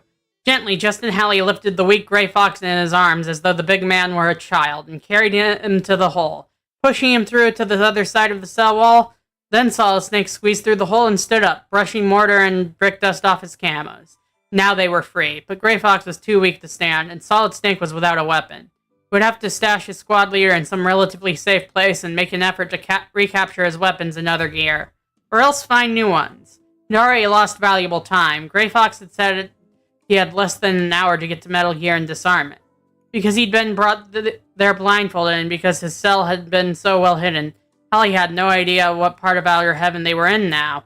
Would either of his keycards work here? There was a small door behind one of the columns that held up the ceiling, and Hallie tried keycard 1 on the lock. No go. The lock wouldn't budge. Keycard 2 here to click. Alright, that one got the door open. The room was empty. No prisoners, no equipment. It's probably that Gray Fox would be safe here as anywhere in the compound. "I'll be back for you as soon as I can," Hallie told his squad leader. "Try to stay alive, Gray Fox. We'll get through this thing." "You're a good man, Solid Snake," Gray Fox barely whispered. "If anybody can succeed in this mission, it's you." The squad leader inside a pocket. "One last thing," he said. "Take these goggles. They're infrared. They are laser traps on some of the floors. You can see them with these goggles." Solid Snake left Gray Fox lying on the floor of the room and closed the door behind him, making a mental note of the layout so that he could find his squad leader later. If there was a later. Without even knowing which level he was on or in what building, Justin Hallie resumed his search of Outer Heaven. Still looking for the radio, for a weapon, and for clues to Metal Gear.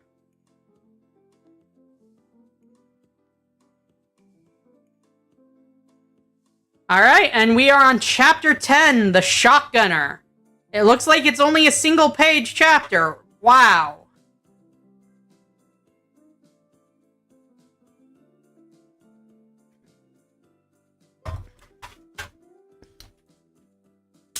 The next room Solid Snake entered had nothing in it. It appeared to be just an empty space, but Justin Halley had a strange feeling about this place. Something was in here. He was sure of it. He did a quick search but came up with nothing. Even so, all his instincts told him that something of importance should be hidden here. He looked again, this time even more thoroughly, but once again he found nothing. Perhaps his Snake Man instincts were wrong this time. He was wasting precious minutes. By now the terrorists would have returned to get Solid Snake and Gray Fox. They would have found them missing, and they'd be searching every inch of outer heaven. Reluctantly, Halley turned to leave, to look elsewhere, but there it was! Something really small caught Snake's sharp, trained eye. High up the wall, close to the ceiling, a thin piece of plastic no bigger than a credit card. A brief touch told him that it was key card 3. The young Marine captain retrieved it. He now had 3 out of the 8 necessary cards. Why were the keys just lying about? Halley was sure it was a sign of the maniac Taffy's arrogance, building a fortress and then leaving the keys in plain sight. With keycard 3 in his pocket, Halley felt a sense of elation. He was on his way again. Locking the door behind him, he looked around to see where he should go next. One door on the far wall stood out. It was bigger than the others, big enough to drive a vehicle through. Trucks and tanks, jeeps, and other rolling stock were parked all over outer heaven, both indoors and out. Could this room be some kind of armory or supply depot? If it was, it must certainly be guarded. Solid Snake would look to be even more cautious than usual. He crept up silently to the door and applied keycard 3 to the lock, and heard the click.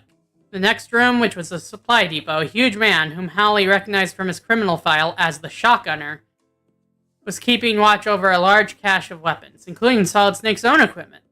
The terrorists had brought in the weapons to the central armory for storage after they captured Justin Halley. If there was ever one big ugly monster, it was the Shotgunner. He was armed to the teeth, ready to kill, and he loved his work. Well, at least he loves his job. You know what they say, when you love your job, you never work a day in your life. Creeping silent as a shadow, staying close to the wall to avoid detection, Solid Snake entered the armory. He saw the giant shape of the Shotgunner looming in the center of the room, watchful, waiting for an intruder so that he could let fly a deadly rain of bullets. If the guard's large hand was the most powerful in the guard's large hands was the most powerful shotgun that Halley had ever seen. One blast from that gun could tear a gaping hole in the wall of a steel building. All around him, Halley saw piles of weapons, guns and explosives of all kinds. But getting them into his hands would be a noisy business. Before Solid Snake could even shoulder a weapon, the Shotgunner would have heard him and blown him to the moon. To the moon, though. Wait a minute. There, almost under the nose of the Shotgunner, was a pile of gear on the floor. Justin Halley recognized it. It was his own, the Beretta and its silencer, the Ingram Mac 2, his bandolier, the gas mask, all of it, even his rations. No, he could only get to it. Using the oldest trick in the book, the ventriloquist's skill of throwing his voice in another direction, Solid Snake made a small sound come from the opposite side of the room. For a split second, the Shotgunner turned his head, only just long enough for Halley to race past him and grab up his weapons cache. Solid Snake hoped that his hand would first fall on the pistol because the pistol had a silencer, but he didn't have time to pick or choose, and as luck would have it, the first weapon into his hand was the Mac 2. The Shotgunner heard him and growled in his throat, a deep animal sound, an enraged threat. He lifted his mighty shotgun and sighted down the barrel at Halley. There wasn't a second to spare. Solid Snake didn't even have time to reach for the trigger of his gun. Instead, he whirled and swung the Mac 2 like a baseball bat, laying Shotgunner have it on the side of the head. He heard the angry growl become a grunt, saw the Shotgunner topple over from the force of the blow, and the mighty gun fall from his big hands. Solid Snake knew that the noise of the struggle would have the terrorist guards on him before he could blink an eye. He had to get out of here, and fast. Oh, that's a fantastic question. I do wonder if Kojima's read this book. But as he was running for the back door, loaded down with his gear, he noticed some equipment among the supplies that might prove very useful. A suit of body armor and a bomb blast suit. Grabbing them, Halley ran for his life. Out through the back door. He wasn't aware of it yet, but Halley was about to come face to face with a new hazard. The dreaded heat panels. Watch out for the pitfall between the wood crates. Okay. Chapter 11. The heat panels. The heat panels. Solid Snake looked around him. He was outside the second building of the Outer Heaven complex, in the shadow of a high wall. His weapons were heavy, and he had to get inside and stash them somewhere safe. He'd never find Metal Gear dragging all his heavy equipment around with him. About 20 yards away, almost against the wall of the building, Solid Snake saw more trucks. 3 of them at once. Hallie spotted that the middle one was a trap. Solid Snake was beginning to be an expert in the way the terrorists thought, and he avoided it. The first truck was empty, but the last truck on the end held a treasure. Sitting in the glove compartment was keycard 4. He's got 4 more keycards to go, everybody. If you're keeping track. Suddenly, Solid Snake wasn't tired anymore. He was wired, bursting with energy. Grabbing the keycard, he ran for the building and entered through a side door. The layout of Building 2 was not unlike that of the first building in the Outer Heaven complex. There were no stairs evident, just 2 elevators.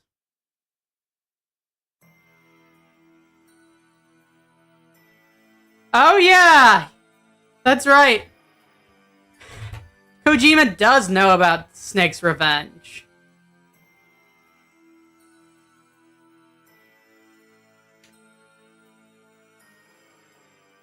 No markings on any of the doors in the corners of the first level. Painted on the floor was the same strange insignia.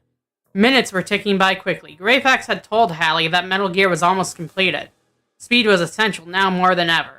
Solid Snake realized he needed to find a place to stash the arsenal he was carrying, which would slow him down. But where was a safe hiding place? He thought about it a minute, and it came to him. The best place to stash equipment is in a room already filled with equipment. A room locked by one of the 4 keycards Hallie already had. If he could only find a place like that, unguarded, a place he could come back to. Hallie found an unlocked room with food and stuffed his pockets full of rations. He made certain that he had all 4 keycards on him and moved silently to the locked door. Keycard 3 didn't fit the lock, but keycard 4 got the door open. Very cautiously on the lookout for traps, he moved inside. It was exactly the setup Solid Snake had hoped for. Weapons and gear lined the shelves of the room. The equipment was out of date and appeared to be unguarded. It looked like stuff nobody would want or come to check on. Nobody would bother or notice Solid Snake's stash. He could retrieve it as needed. Hallie began to unfasten his bandoliers, but before he could set down any of his gear, he heard noises approaching the door. He moved fast and low toward the back of the storeroom. Just as the front door opened, and an armed squad of Colonel Katafi's men came in. Solid Snake saw a small back door to one side of it. He slipped through it before the terrorists could catch a glimpse of him. He was in a place where he'd never been before. Ahead of him stretched a large area made up of what appeared to be solar panels. But couldn't be, because there was no sun in the windowless room to heat them. On the other side of the panels was another set of doors, each of them holding the possibility of escape. To reach the doors, Solid Snake would have to cross the panels. Behind him, he could hear the terrorists talking noisily in the storerooms. His only escape route was across the panels. The heat panels. He could feel the heat rising off them while he was still 4 feet away. 3 panels were arranged in a set, 2 smaller panels on the outer edges, and a larger, more intense-looking panel in the center. On the other side of the area, there was a control panel with switches and dials. Obviously, the panels could be turned on or off. What were these panels? What function did they perform? At a quick guess, without examination, Solid Snake thought that they were made of silicon, a covering for fuel or energy cells, intended to vent the heat created by an enormous energy source elsewhere. From Metal Gear? Here they were, just as Chuck had warned him. These couldn't be anything but the heat panels. It hadn't been a true warning after all. Now the Snake Man's words came back to him again. You can't get to Metal Gear without crossing the heat panels. Burning. They burn. Eat the rations. You've got to raise your own body temperature if you want to survive. Rations. Solid Snake must eat. Right now. He pulled the rations out of his pockets and peeled the wrappings off. Hallie swallowed quickly, almost choking on the dry and densely compressed rations. With no liquid to wash them down, he ate as much as he could find in his pockets, then turned to the deadly heat panels. He couldn't afford another moment's delay. The only way to turn off the heat panels was from the other side of the room. Solid Snake set off across the silicon cells. The heat was fierce, burning, just like Chuck had said. As Hallie crossed the deadly panels, the temperature began to rise even higher. The heat became more intense and more intolerable the further he progressed. And he was still on one of the other outer panels. What would happen when he got to the center panel? The one that could really burn the flesh off a man's bones. Solid Snake had eaten every scrap of field rations he held with him, and he still had to face the central panel. Without more rations. Suddenly, though, he felt it rise his own body temperature. The calories he'd eaten were taking effect. Oh, that's not how that works! His body internal organs were heating up to match the heat of the panels. He didn't understand why it worked, but Chuck's advice had saved his life. He was crossing the center panel now, sweat running down his head and body. His eyes ached from the heat haze and the glare, but Solid Snake was still alive, thanks to Chuck's warning. The rations had their effect. He was in great pain, but he couldn't bother about that now. Instead, Justin was elated because he felt he was getting closer to Metal Gear. Justin and Hallie stumbled off the heat panels, more dead than alive. The first thing he had to do was shut off the heat. Finding the control board for the heat panel, Solid Snake closed the system down. Across from him were 3 doors. He opened the door on the left with keycard 1 and stepped through. Game hint. You need the rocket launcher to defeat Arnold.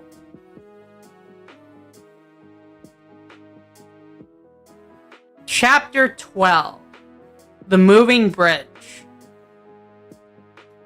Laser traps were everywhere, their destructive invisible rays cross-cutting and intersecting the hallway, about 4 feet off the ground.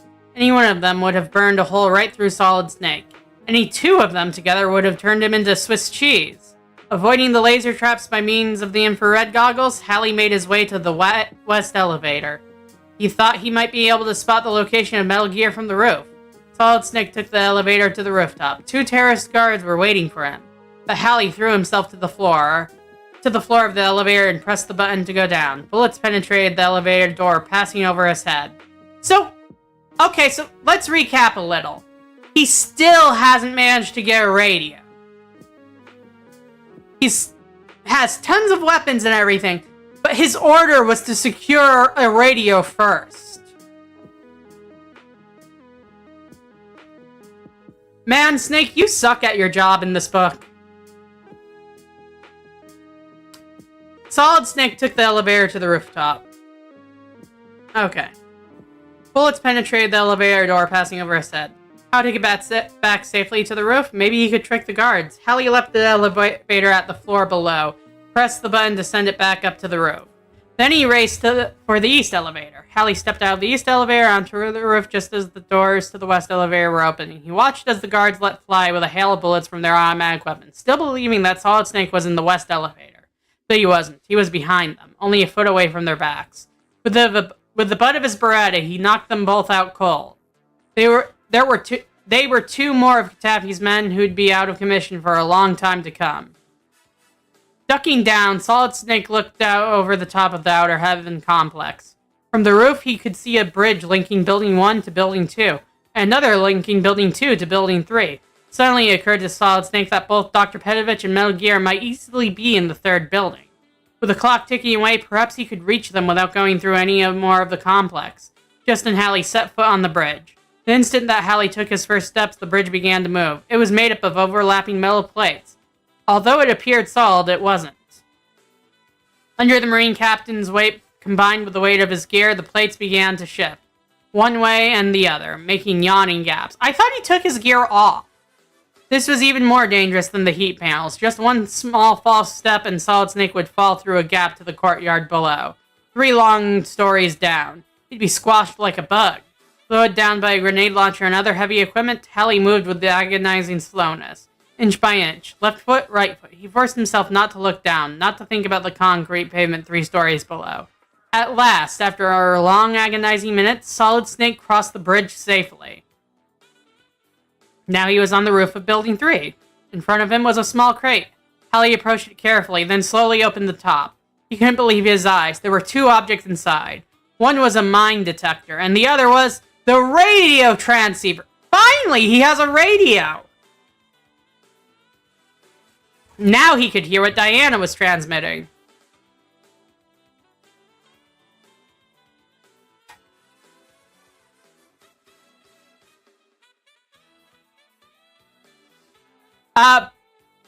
By Metal Gear Uprising, do you mean just Metal Gear Rising? Because that is a fun one. I played it on Twitch back in the day. Hallie strapped the equipment to his back and walked to one of the elevators. The door wouldn't open. He walked to the other elevator. None of his key cards would open that one either. So it was back to the rooftop bridge again, for another crossing, to Building 2, but this time he was weighed down by even more equipment.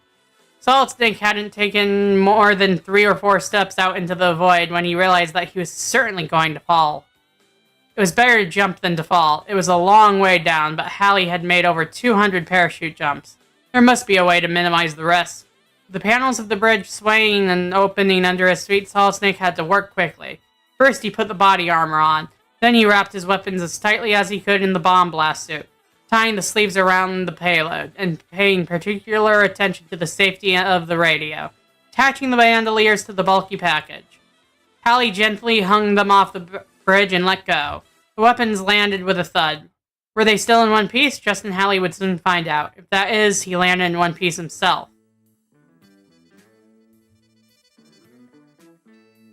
Oh yeah, I could really relate to those robot cows myself.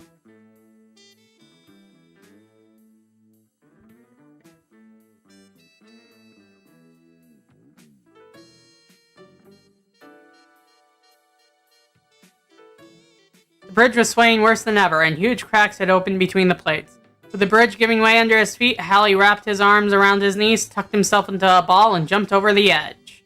Just before he reached the ground, he untucked and gave his body half a twist. As he hit the ground, he rolled over twice, then slapped down hard with both hands. Scrambling to his feet, Justin Hallie felt himself all over. Nothing broken. He checked his weapons. They seemed to be a-okay. Even the radio didn't have a scratch or dent on it. Another successful jump. Only this time, he had made it without the parachute.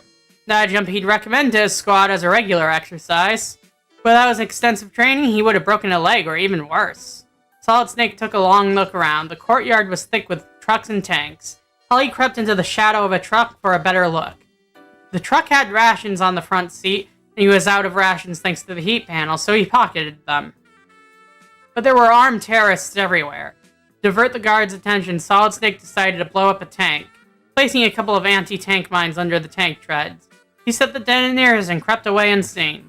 Suddenly, the faint radio transmissions almost blanketed by static came from his transceiver. What he needed was an antenna, so the broadcast would come in clearly. Justin Hallie could barely hear a woman's voice saying, "Boss man here, watch out, it's a minefield. Try to slip through wearing an enemy uniform." The message coming out of nowhere left Solid Snake very puzzled. How did Control know where he was? How had they pinpointed him on the edge of a minefield? Hallie had lost his homing device in the trapdoor long ago. But suppose the compass hadn't really been the homing device. The compass had been the only thing that Foxhound Command had let him take into Outer Heaven, except for a suit of camouflage. The camos had come into Outer Heaven on Solid Snake's back. For the first time, Justin Hallie hadn't realized that somewhere in his suit must be the real homing device. They'd been tracking him all along. But wait, if Control knew where the minefield was, hadn't it also been aware of the heat panels, the shotgunner, and every other hazard that Captain Justin Hallie had faced? Why hadn't Control warned him earlier? Why had his commander lied to him about the compass? Didn't the leader of the Snake Men trust Justin Hallie? And now if Solid Snake were to take off his camos and put on an enemy uniform, wouldn't Hallie be off the computers of Foxhound Command? And would that be good or bad? Can I still trust Commander South? Hallie whispered and didn't know the answer. He felt totally cut off from his command. Game hint. You can often defeat the shotgunner by hitting him 10 times. Okay.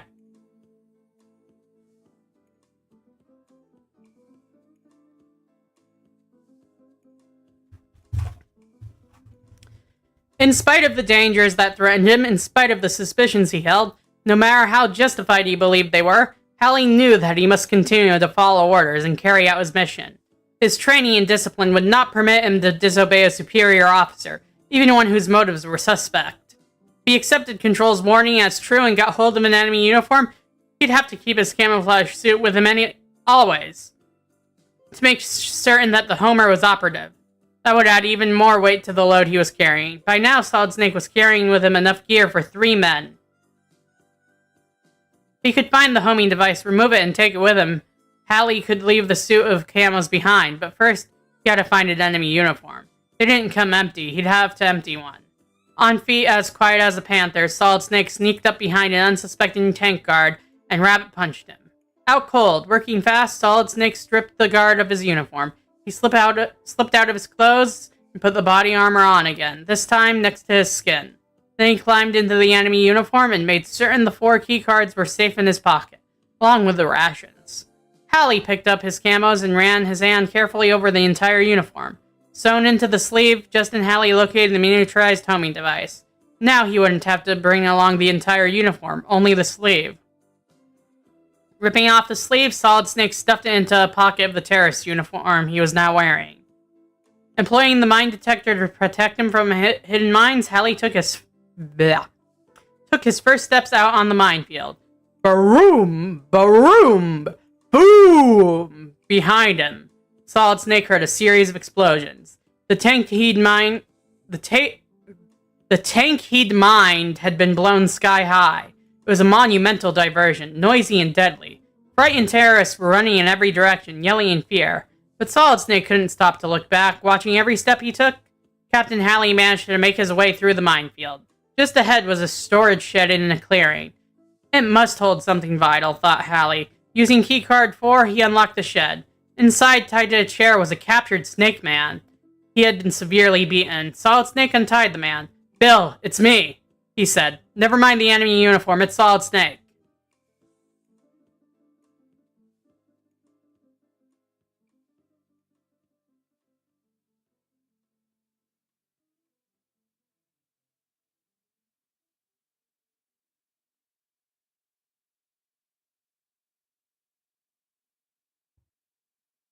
The prisoner made gasping noises. Hallie knelt by the wounded man's side and put his ear close to Snake Man's...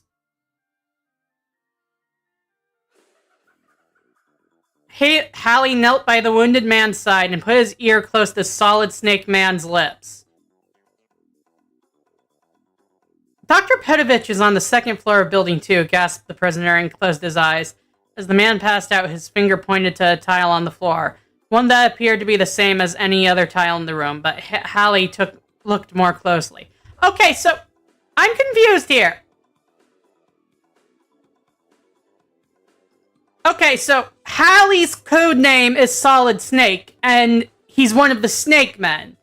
But now they're using Solid Snake Man to identify this guy named Bill, too. Like, he is another Snake Man, but why is he another Solid Snake Man?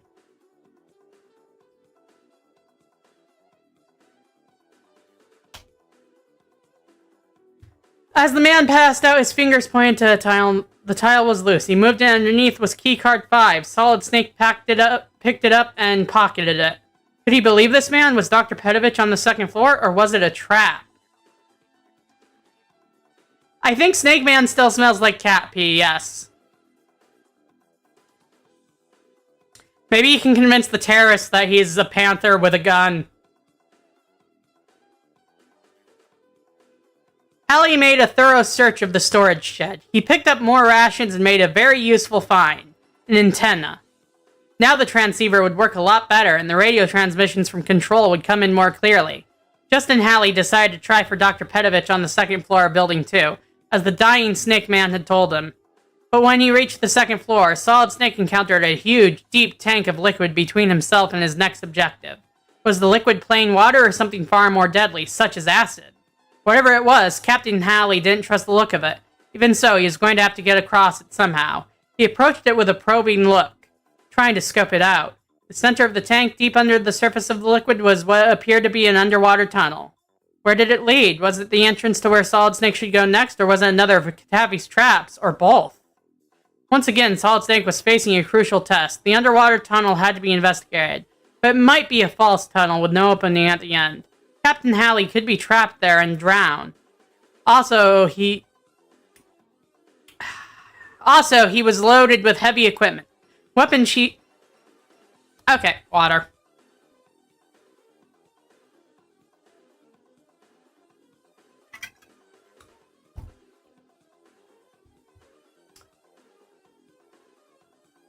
Also, he was loaded down with heavy equipment, weapons he would need to succeed in his mission. Although he was a powerful swimmer, Solid Snake would be hampered by the weight of his gear. And who knew how long the underwater tunnel might be? A few hundred yards? A mile? 10 miles? How long could Hallie hold his breath? Which was the failsafe point beyond which there was no turning back again? None of these questions had easy answers. Precious moments were being wasted in what-ifs. There was only one thing to do, and that was to dive in. Strapping his equipment to his back, Solid Snake filled his lungs with all the air they could hold, executed a perfect jackknife into the water, and swam toward the underwater tunnel. Inside the tunnel, it was pitch black. He swam for what seemed to be a very long time. The air in Captain Halley's lungs was depleting fast, but there was still no end to the tunnel. It just went on, getting darker and darker, and Solid Snake realized with grim certainty that he was in a trap. It was already too late to swim back to the starting point. Halley's breath would never hold out that long, and he was already beginning to feel lightheaded. He couldn't make it to the surface, because the heavy equipment was holding him down as though he'd been tied to a rock. The situation appeared to be hopeless. Solid Snake would drown, and Metal Gear would destroy the civilized world. Yet Hallie could not give up, not while he still had air in his lungs. Suddenly he saw at the side of the tunnel a small door. He swam to it and tried it locked. By now things were turning black in front of his eyes, and there was almost no air left in his lungs. Perhaps he could unlock the door with a keycard. There was very little time left. He'd have only one chance to get the door open before it blacked out and drowned. Which card should he try? The new one. Keycard 5. With wet and feeble hands, Justin Hallie fished the keycard out of his pocket and managed to get into the lock. He was on the verge of passing out. And then the secret entrance opened, and Hallie swam through it into the shallow gutter at the side of the underwater tunnel. As he did, his hand scraped along the side of the tunnel and found something without thinking. He held on tightly to what he'd found. Raising his face to the surface, Solid Snake drew in great, ragged gulps of air. Looking around, he saw that he had reached the other side of the huge tank. He was saved. Wet and trembling with exhaustion, Solid Snake drew himself out of the pool and lay on the rim. Panting and gasping, he'd allow himself no more than 60 seconds to get his strength back. He had to go on. The mission was waiting. Dr. Petovich was waiting. Maybe even here on the second floor, as the dying Snake Man had said. Hallie scrambled to his feet as he was about to shoulder his gear. He remembered the something he was holding in his hand. The thing he'd picked up in the underwater tunnel. He looked at it. It was keycard 6.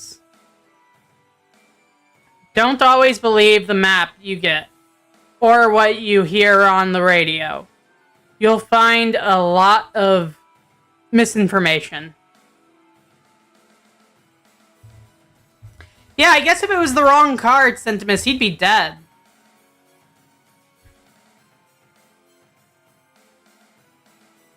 Chapter 14! The Trained Killer Scorpions? Okay, let's see what this is all about. The first room Solid Snake opened on the second floor held a prisoner, but it wasn't Dr. Petovich. It was a member of the squad. As he released the Snake Man, Hallie received the message. Listen to the Resistance fighter Jennifer on waveband 12048.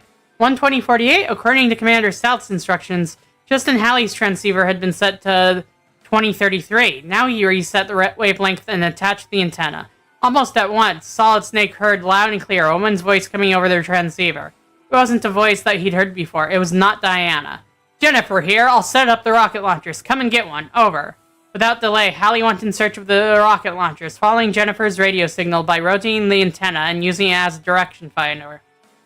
The radio transmission led him around the corners and through a long corridor.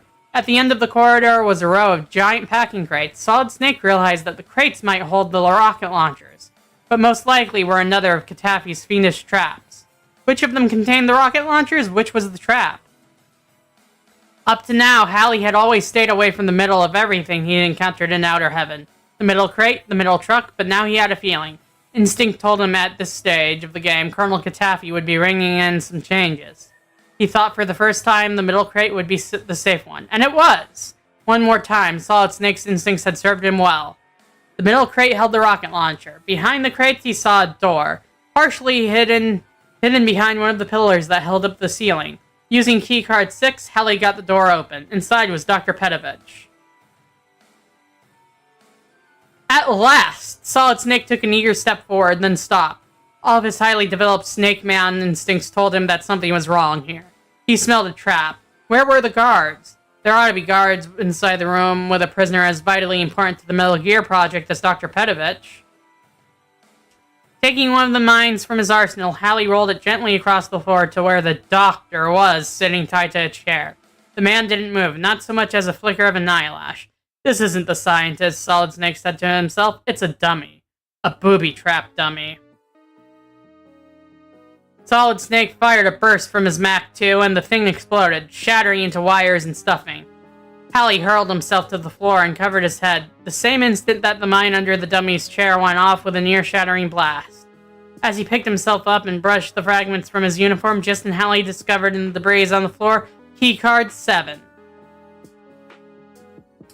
You know, it is awfully convenient that this Colonel Katafi guy is leaving all of his keycards just, like, over things that could be seen as challenges to someone in an escape room. Is this even a terrorist base, or is it just a really nice escape room?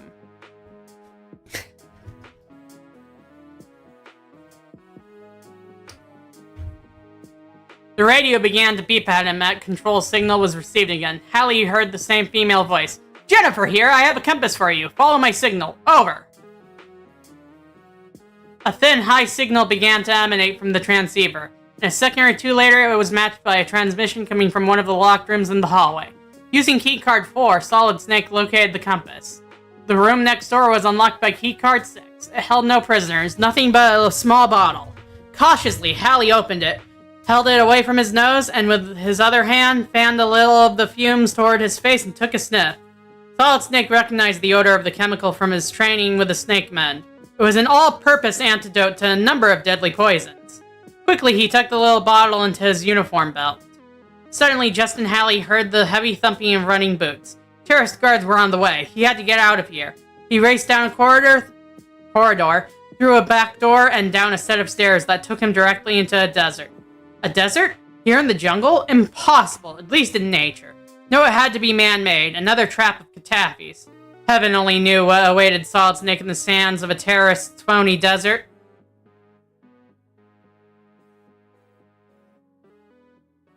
A terrorist's phony desert.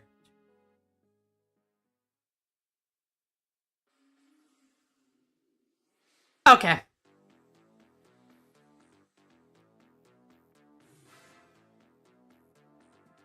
Oddly, Hallie felt elated. The presence of the unlikely desert here in the middle of nowhere led him to believe that he was much closer to Metal Gear than before.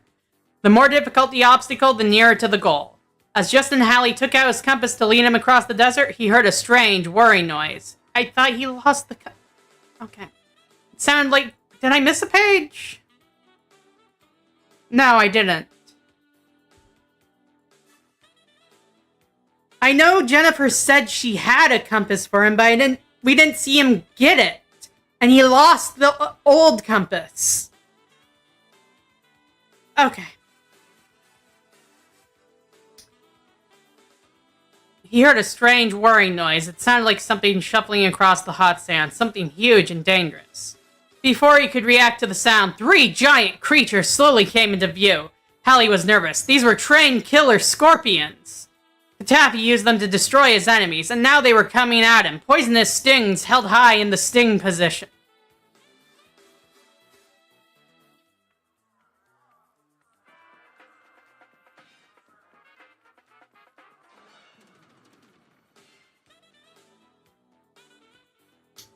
Are there stings in the sting position? Wow!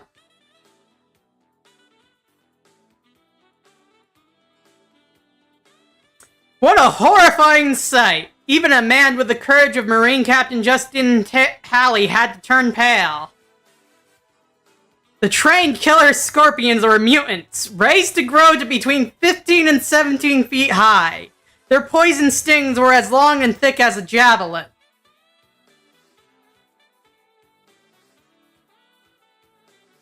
That's not a thing in Metal Gear! Mutant scorpions are not a thing in Metal Gear!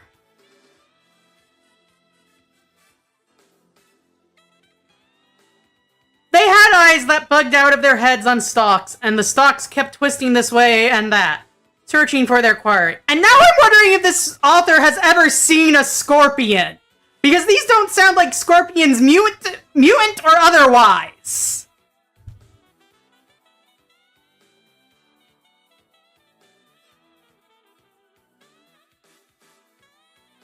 And they'd caught sight of Solid Snake. He could tell because a horrifying, high-pitched buzzing came out of the three of them. The sound of evil excitement. Slowly, they turned in his direction, and slowly they moved toward Haley. Their bodies were covered with scales, and the scales made a sickening noise as they dragged across the burning sands of the desert. The curled tails of the trained killer scorpions were raised high, poised to strike, to sting, and to kill. They were slow, but what was the need for haste? Where could Solid Snake go? The desert, seemingly stretching around him for miles, was empty of shelter, and the sun was hot enough to broil a man alive. He had nowhere to run, nowhere to hide. But the scorpions loved the desert heat. They thrived in it and grew to enormous sizes. All they needed to survive was the furnace heat and the frequent opportunity to make a kill. Justin Halley would have to stand and fight. He sorted through his weapons as the trained killer scorpions came closer. He could smell them now. They smelled foul. Says the man who smells like panther musk. Solid Snake fired again and again until the clip of his Beretta was empty. And still they came, dragging their scales over the burning sands.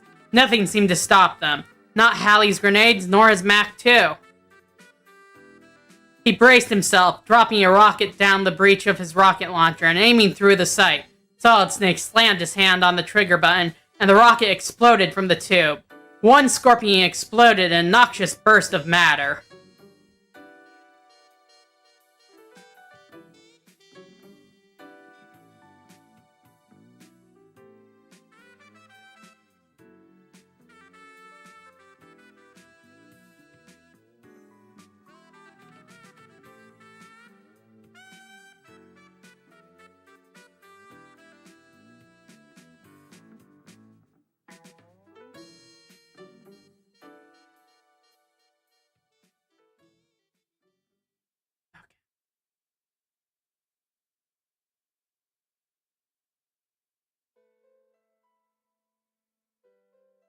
He braced himself. Okay. He fired again. The rocket launcher was hot to the touch. The disposable firing tube wouldn't take much more use. A miss. Another rocket launched. Then another, and the second of the train killer scorpions blew apart messily. But the third one kept coming at Halley. Nothing appeared to faze the creature, not even the sudden explosive death of its brothers. Its stinger waved over its head, eager to plunge into Solid Snake's heart.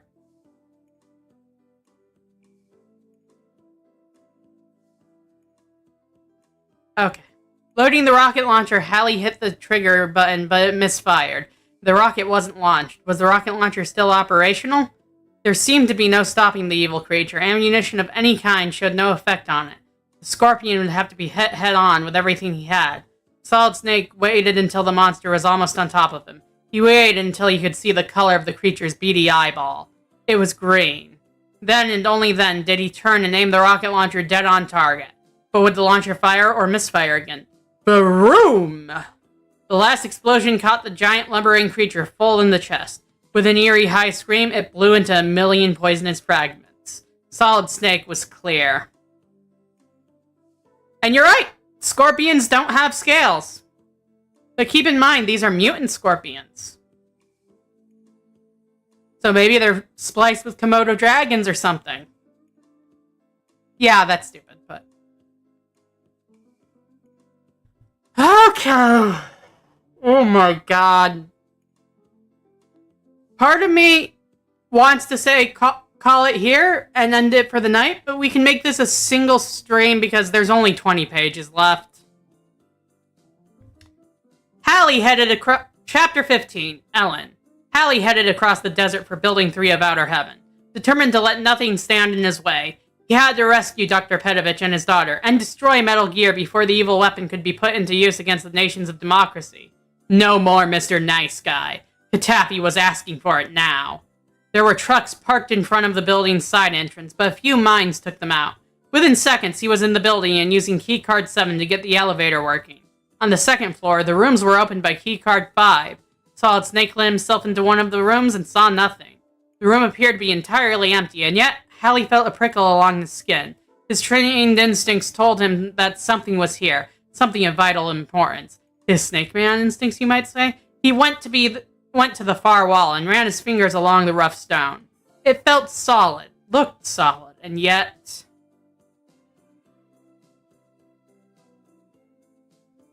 The tips of Solid Snake's fingers touched a line, running like a crack in the stone from the ceiling to the floor. He pressed hard, harder. The crack widened and a secret compartment in the wall opened up. A figure was stuffed into the secret compartment, which was barely large enough to hold it. It was a girl, bound and gagged and unconscious. Solid Snake took the choking gag off and revived the girl gently. But when she saw the terrorist uniform that Hallie was wearing, she began to scream. The poor girl was obviously terrified. Shh, shh, it's all right. And Hallie put his hand firmly back over her mouth.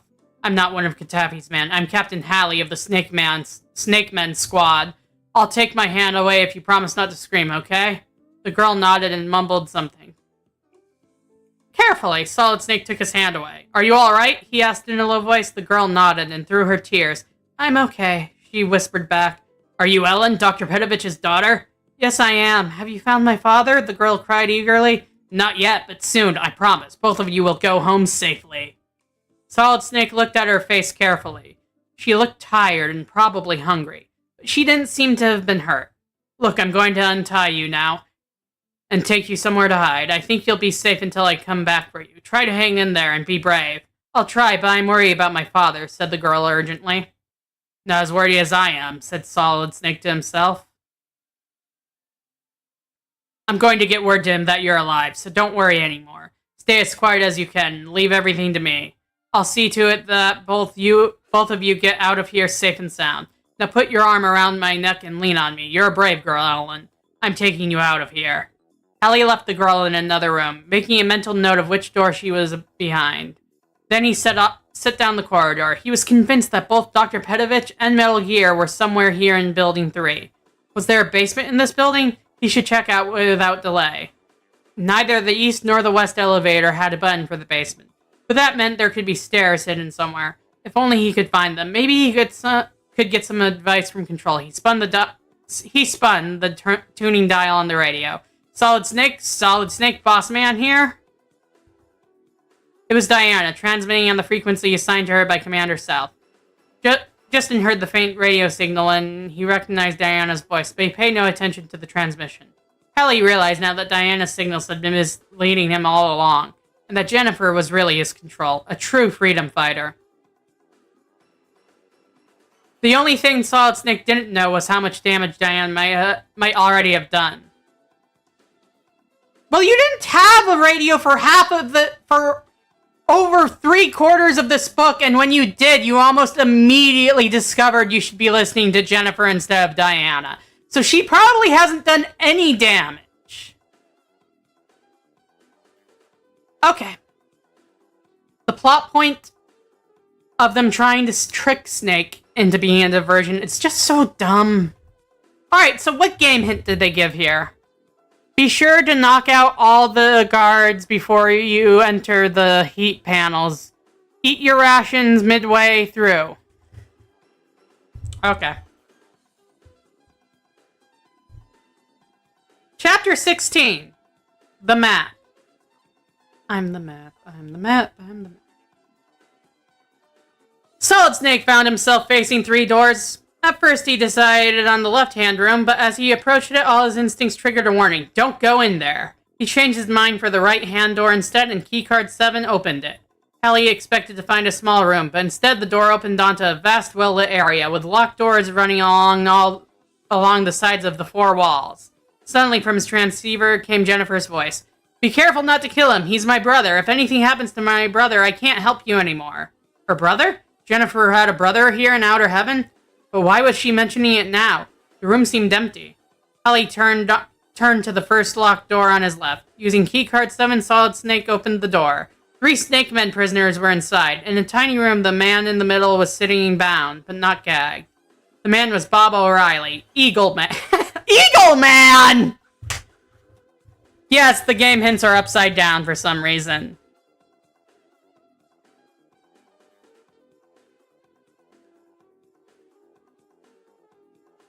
Justin Halley's best friend in the Snake Men squad. Okay, so Justin Halley's closest friends in the Snake Men squad so far are Bill, Bob O'Reilly, whose code name is Eagle Man, and probably his boss, Gray Fox. Gray Fox is the only one of these characters that is an actual character in the game.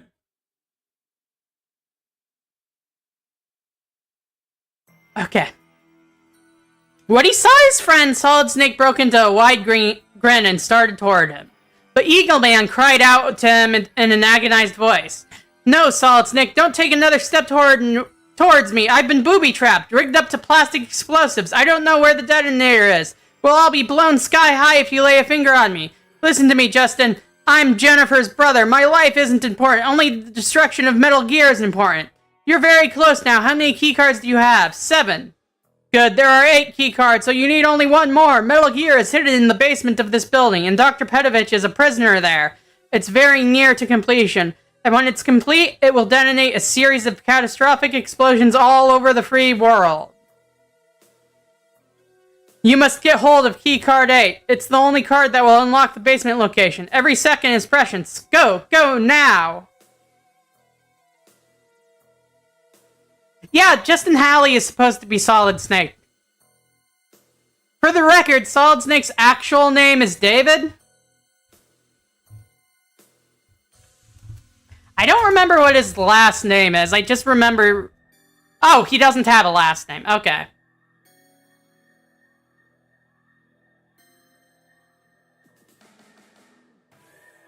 I am going to check the Metal Gear Wiki to see if there's anyone named Eagle Man in the series at all. Because I don't remember anyone being named Eagle Man. Okay, there's nobody named Eagle Man. For all I know, maybe they could have referenced in Metal Gear Acid as a joke or something. Okay. I need you to take a quick sidejack into actual history for something that sounds almost too much Metal Gear. Oh no. I need you to go to Google and I'm going to you to put in Okay. Larry Eagleburger?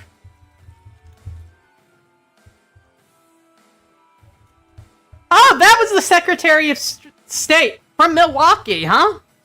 Yeah, just read me a little bit about what this guy did.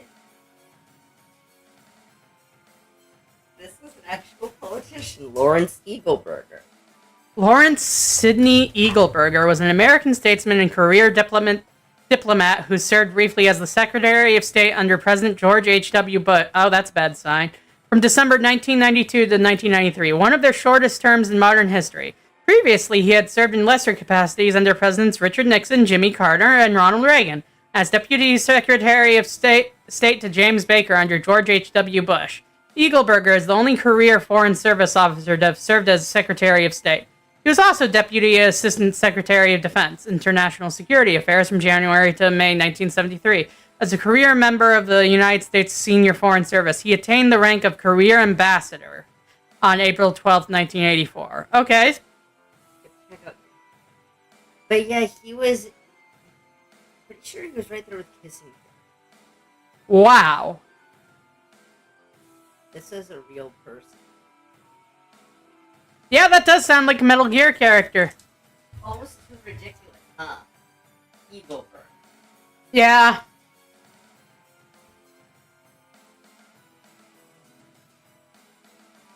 Yeah, I don't know why. I think it's because instead of just his unit being Foxhound in this, Foxhound is the command, and for some reason his unit is known as the Snake Men, so they figured he needed a name other than Snake.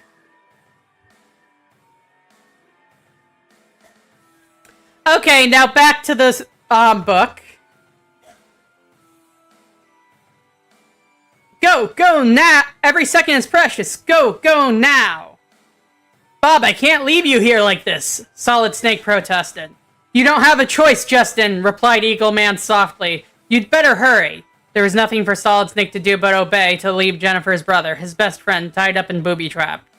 Justin left the room, but he didn't get far. The vital minutes were counting down, but Halley could not But Halley could not leave Eagle Man and the other two Snake Men to die. It was an impossible decision for him to make. He turned back. As Halley came back into the room, he realized that already Katafi's evil was at work. He smelled poison gas. The Snake Men were going to die. Putting his gas mask on, Solid Snake ran into the room and freed the two Snake Men on the other side of Eagle Man, dragging them out. They were barely breathing, but still alive. Now for Eagle Man! But how to get him out of the poison gas when he was booby-trapped with explosives? In the doorway, Solid Snake watched in horror as Jennifer's brother's eyes shut and his head fell forward on his chest. The poison gas was beginning to work. The weight of Eagle Man's sagging body pulled his chair over with him. Instinctively, Captain Halley braced himself against the imminent explosion of the booby trap. But there was no explosion. As Eagle Man had slumped forward, his fall had pulled a wire loose from the trap. The chair had disconnected the detonator. Instantly, Solid Snake seized Eagle Man and half-dragged, half-carried his friend out of the gas-filled room. He tried CPR, breathing fresh air down into Eagle Man's lungs. But his friend didn't respond. It looked as though Eagle Man were dead. But Halley wouldn't give up hope. Remembering the little bottle of antidote, he poured some of the liquid down his friend's throat, and in less than a minute, he heard the choking and gagging that told him that Eagle Man was alive. In jubilation, Solid Snake pounded Jennifer's brother happily on the back, and then he made a discovery. Pinned to the back of Eagle Man's uniform, in a mocking gesture of Colonel Katafi's, was key card 8. The last card, the one that Katafi had never expected anybody to find. He had thought it would be destroyed when the booby trap exploded. Halley now had the final key card to Metal Gear. Although he held all 8 cards and the clue from Eagle Man that Metal Gear was in the basement, Halley still didn't know exactly where to find Metal Gear. He only knew that the basement would be the most heavily guarded place in all of Outer Heaven. Outer Heaven. Yeah!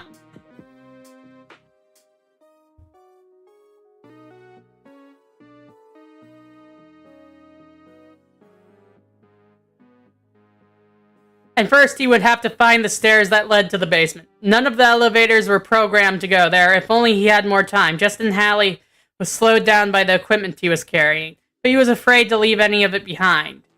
Now anyone who came in later, you might not have noticed this, but they spell Halley's name different ways several times, and at the start they called him Bailey.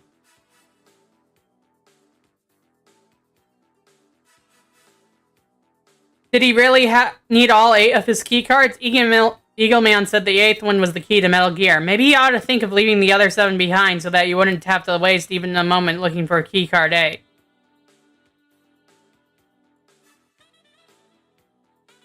Oh, okay, I lost track for a second there.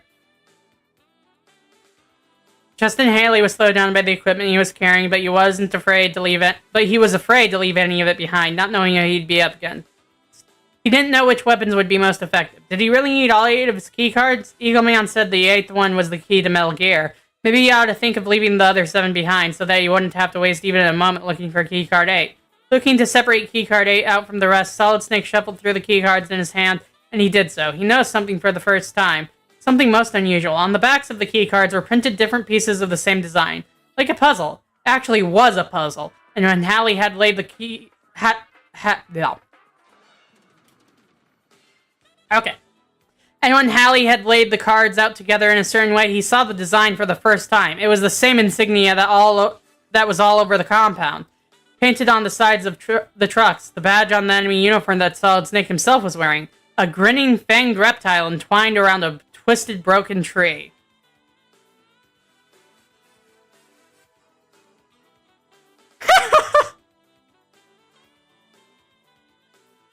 The insignia in itself didn't surprise Justin Halley, but there was something more. With the cards all laid out, he noticed for the first time that the design was actually incorporated... Really? The insignia in itself didn't surprise Justin Halley, but there was something more! With the cards all laid out, he noticed the first time that the design actually incorporated a map of Outer Heaven. You're telling me they're all running around with a map of their headquarters on their uniforms. There, in the coils of Solid Snake, were the different buildings and levels he'd gone through. He could make out the heat panels and the underwater tunnel in the desert with the train killer scorpions, and there, in the center of Solid Snake's eye, was a very small star. Solid Snake knew at once that the star represented the weapon, Metal Gear. The rest of the map showed him exactly where in the basement to find it, and where the stairs must be leading to the basement. Committing the map to memory, Hallie went in search of the stairway. According to the map, the stairway ought to be very near one of the pillars that held up the ceiling of the first level. Swiftly, Hallie made his way to the pillar, but saw nothing, no sign of any stairway around it. Yet Solid Snake was certain that he was in the right place. A sudden burst of gunfire chattered angrily past his head. Captain Hallie dove for cover. There wasn't any cover, only the presence of the pillar, which he hugged with his body. It wasn't much protection, but it was all there was. The situation looked hopeless. He was right there out in the open in the middle of a firefight, and he couldn't even see the terrorists. They were protected, shooting at him from their hiding places. All he could do was stay close to the pillar. What? Solid Snake touched something. It felt like a lock down low in the base of the pillar. A lock! That was it! The stairway wasn't near the pillar, it was inside the pillar. Okay. Key card 8. He had only seconds to find it. Why hadn't he thrown the other cards away? At last, key card 8 was in Hallie's hand. Fitting it into the slot, Hallie looked up to see 4 guards breaking cover, racing at him with assault rifles. There wasn't a second to spare. Would key card 8 do the trick? A click. The side of the pillar opened like a narrow door. Solid Snake, grabbing up his gear, threw himself headlong into the opening and slammed the door behind him. He found himself falling into total darkness. I think I am going to, Sim. I am. Oh my god. It's only 80 pages. Maybe next time we can read one of the other Worlds of Power books.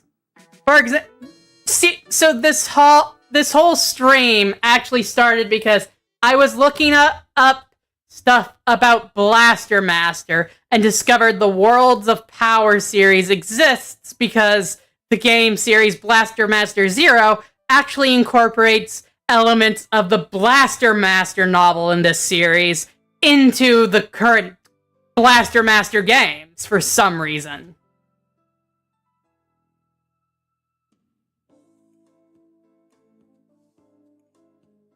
But yeah,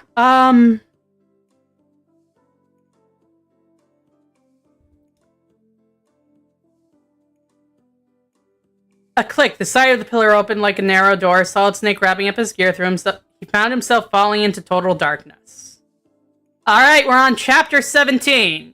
Metal Gear!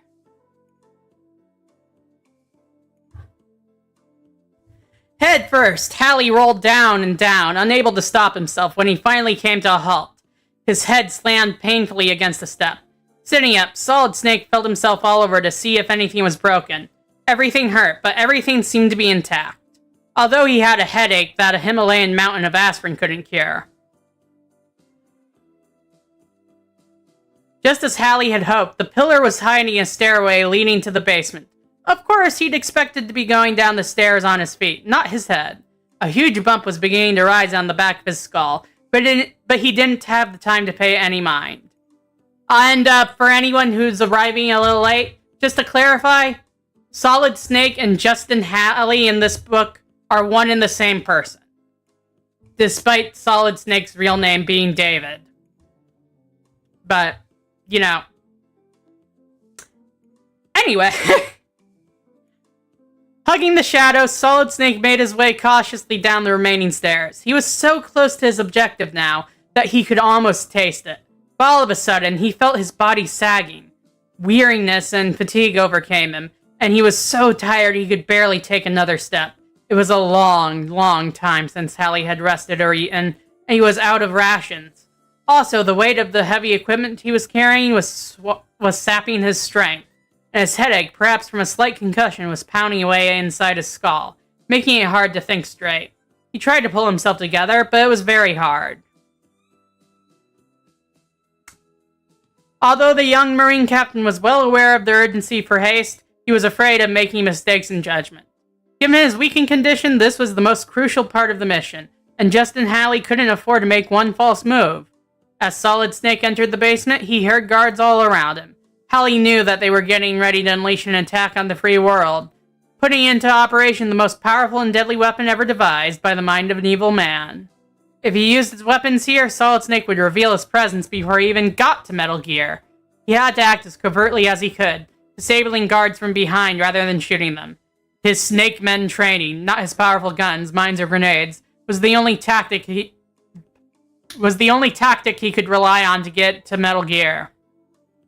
One by one, using nothing but his bare hands, Captain Hallie took on the terrorist guards. His expertise in Tai Chi, the special breathing and natural movements of the animal world, made Solid Snake a graceful shadow, silently stalking the enemy stronghold. Like a jungle cat, Hallie prowled unseen, and pounced without warning. His karate blows and rabbit punches delivered with trained precision took out one enemy guard after another, and all in silence. The odd thing was that with every terrorist down, Solid Snake felt his strength beginning to return. He knew that he was coming closer and closer to his objective. And then, turning a corner with the image of the key card map fixed in his memory, Solid Snake came face to face for the first time with Metal Gear. Okay. As soon as he saw it, Hallie recognized it. Nothing that huge and ugly could be anything else than Metal Gear. It was a tall, wide machine made out of shining black metal that Solid Snake had never seen before. The metal itself seemed to radiate evil. Could this mysterious unknown metal be the source of Metal Gear's deadly power? Metal Gear was truly awesome, menacing, and strange. On its side was painted the deadly insignia that Hallie had first seen in the jungle and later encountered everywhere in outer heaven. But displayed on the weapon, the evil marking took on a new and even darker meaning. Okay. Part of the machine was outfitted with a keyboard and a printer, so Solid Snake knew at once that what he'd suspected about Metal Gear was true. It was computer controlled and probably hooked up to a network of computers located throughout the terrorist nations. Okay. Even now, the printer was chattering away, issuing a readout target of every major city in the free world. Justin Hallie could see two buttons on the control panel, one red and one white, and a digital timer. Standing by the weapon's side, leaning over the instrument panel, were two men. One of them wearing an elaborate uniform complete with medals and decorations was none other than Colonel Vernon Katafi, the world's leading terrorist murderer. Is there a competition to determine who gets to be the best terrorist murderer? The other man, hunched and broken, was Dr. Ivan Petovich. Solid Snake stepped back further in the Solid Snake slipped back further into the shadows to survey the weapon. Metal Gear was housed in an octagonal booth of shatterproof see-through Lexan plastic. Each of the 8 sides was locked and guarded by an armed terrorist of matchless ferocity, strength, and cunning. These were Katafi's picked elite guards, his most murderous men. From the shadows, Hallie watched in horror as Katafi selected his primary target. Through the Lexan shield, he couldn't hear their voices. The gloating look on Katafi's ugly face was hard to miss, and Hallie could almost hear the vicious laughter. Then Katafi took a step away from the control panel, and Solid Snake could make out on the screen that the chosen target was Washington, D.C.!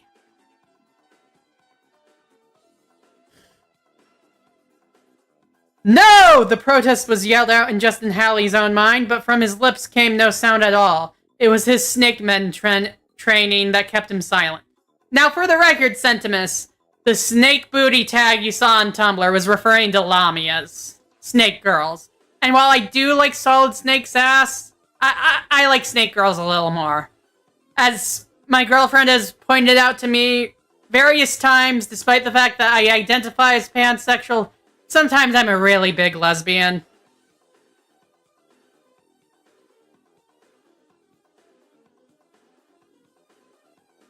But yeah, No! The protest was yelled out in Justin Hallie's own mind, but from his lips came no sound at all. It was his Snake Men training that kept him silent. Katafi adjusted his coordinates and pressed the red button. The digital countdown in seconds began. The destruction of the free world had begun. Hallie saw the countdown. 60, 59, 58. Less than 60 seconds to detonation. In under a minute, Washington would be reduced to rubble, and the other capitals would follow. Ottawa, London, Tokyo, Canberra, Paris, Wellington.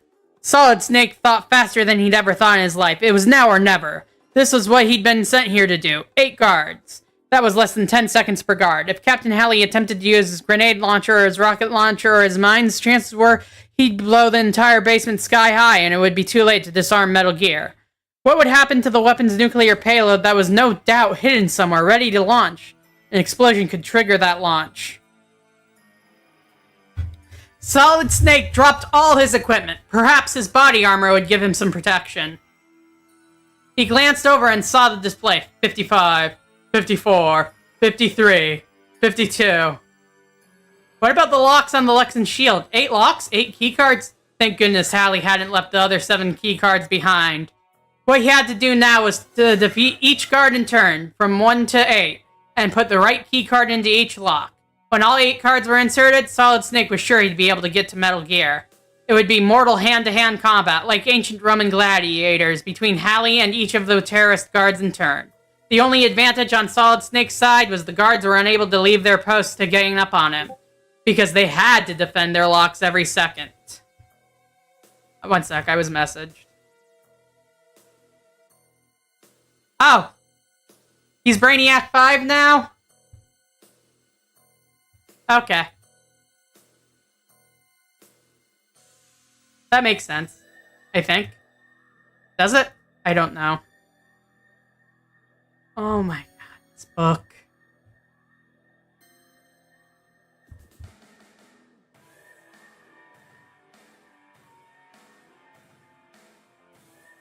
Because they had to defend their locks every second. One by one, Solid Snake attacked the terrorists in a struggle for supremacy. First guard went down, then the second. More than once, it was only Halley's body armor that saved his life. From outside, the young Marine heard an incredible racket going on. The indistinct sound of men's voices yelling, muffled explosions, rapid gunfire. No doubt the entire terrorist army had been deployed to burst in here at any moment and kill him. Solid Snake was not afraid to die, but he was determined to take a Taffy and Metal Gear with him. Each time he overcame a guard, Halley slammed one of the keycards into the slot at one side of the H-sided shield. One more lock would disengage. The pressure was building. Halley could see. 40, 39, 38. Only 38 seconds remaining. Using all his Snake Man skills, Solid Snake overthrew another guard. But even for the most courageous man in the Snake Men squad, 8 killers were too many to defeat in less than a minute.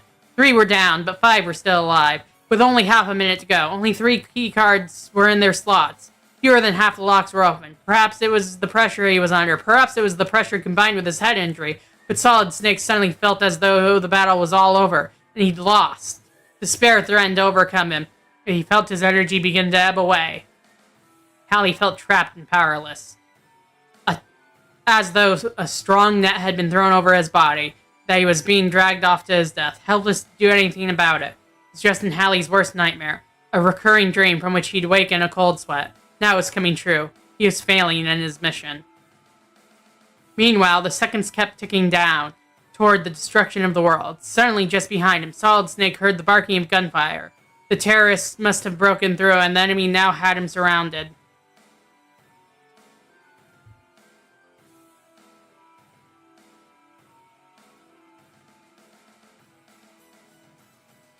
Chapter 18. The Final Battle. At the sound of guns firing behind him, Solid Snake whirled around, ready to die, and equally ready to take as many of the enemies with him as he could. But to his astonishment, he saw not the enemy he expected, but Jennifer's brother, Eagle Man, Gray Fox, and other snake men he'd rescued. Even Chuck! Man, even Chuck, guys! Even Chuck! It was his old squad, weak and wounded, but coming to fight at Justin Halley's side. Metal Gear had been their mission too. Now Solid Snake was no longer alone. Now he had allies in the final battle. Only 2 of the Snake Men had found weapons. The others began attacking the remaining guards with sticks, pieces of brick, and stone. Anything they could get their hands on. Weakened though they were by their imprisonment and torture, their united strength caught the guards by surprise, and 2 more terrorists went down under the Snake Men's assault. Solid Snake raced over to insert the key cards in the other 2 slots. 5 guards down, 5 locks open, 3 more to go. Now Solid Snake needed all the allies he could get. Pushing aside the body of a falling guard, he shouted through the open lock straight into the election shield enclosure. Dr. Petovich! Dr. Petovich! Ellen is alive! She's safe! We're the United States Marines and we've rescued your daughter! Would the old man hear Hallie's words? And if he did, would the words do any good? Dr. Petovich was already so enfeebled. What kind of help could he give? Inside the Lexan booth, Dr. Petovich appeared to come to life very suddenly. He stood up straight, and the years fell from his shoulders. Reaching out for Katafi's throat, he began struggling with the terrorist leader to get the white disarm button. For a minute there, the combat between the two men was almost equal, but Colonel Katafi was a much younger and stronger man, and he was armed. Dr. Petovich had been subjected to the most vicious physical and mental torture, which had drained him of his strength. Yet he fought on, made stronger by the knowledge that his daughter was alive. With an effort, Katafi fought himself free of the old man's grip, drew his pistol from its holster, and brutally pistol-whipped the scientist. Dr. Petovich slumped to the ground unconscious, but not before proving to Solid Snake that what he needed to know.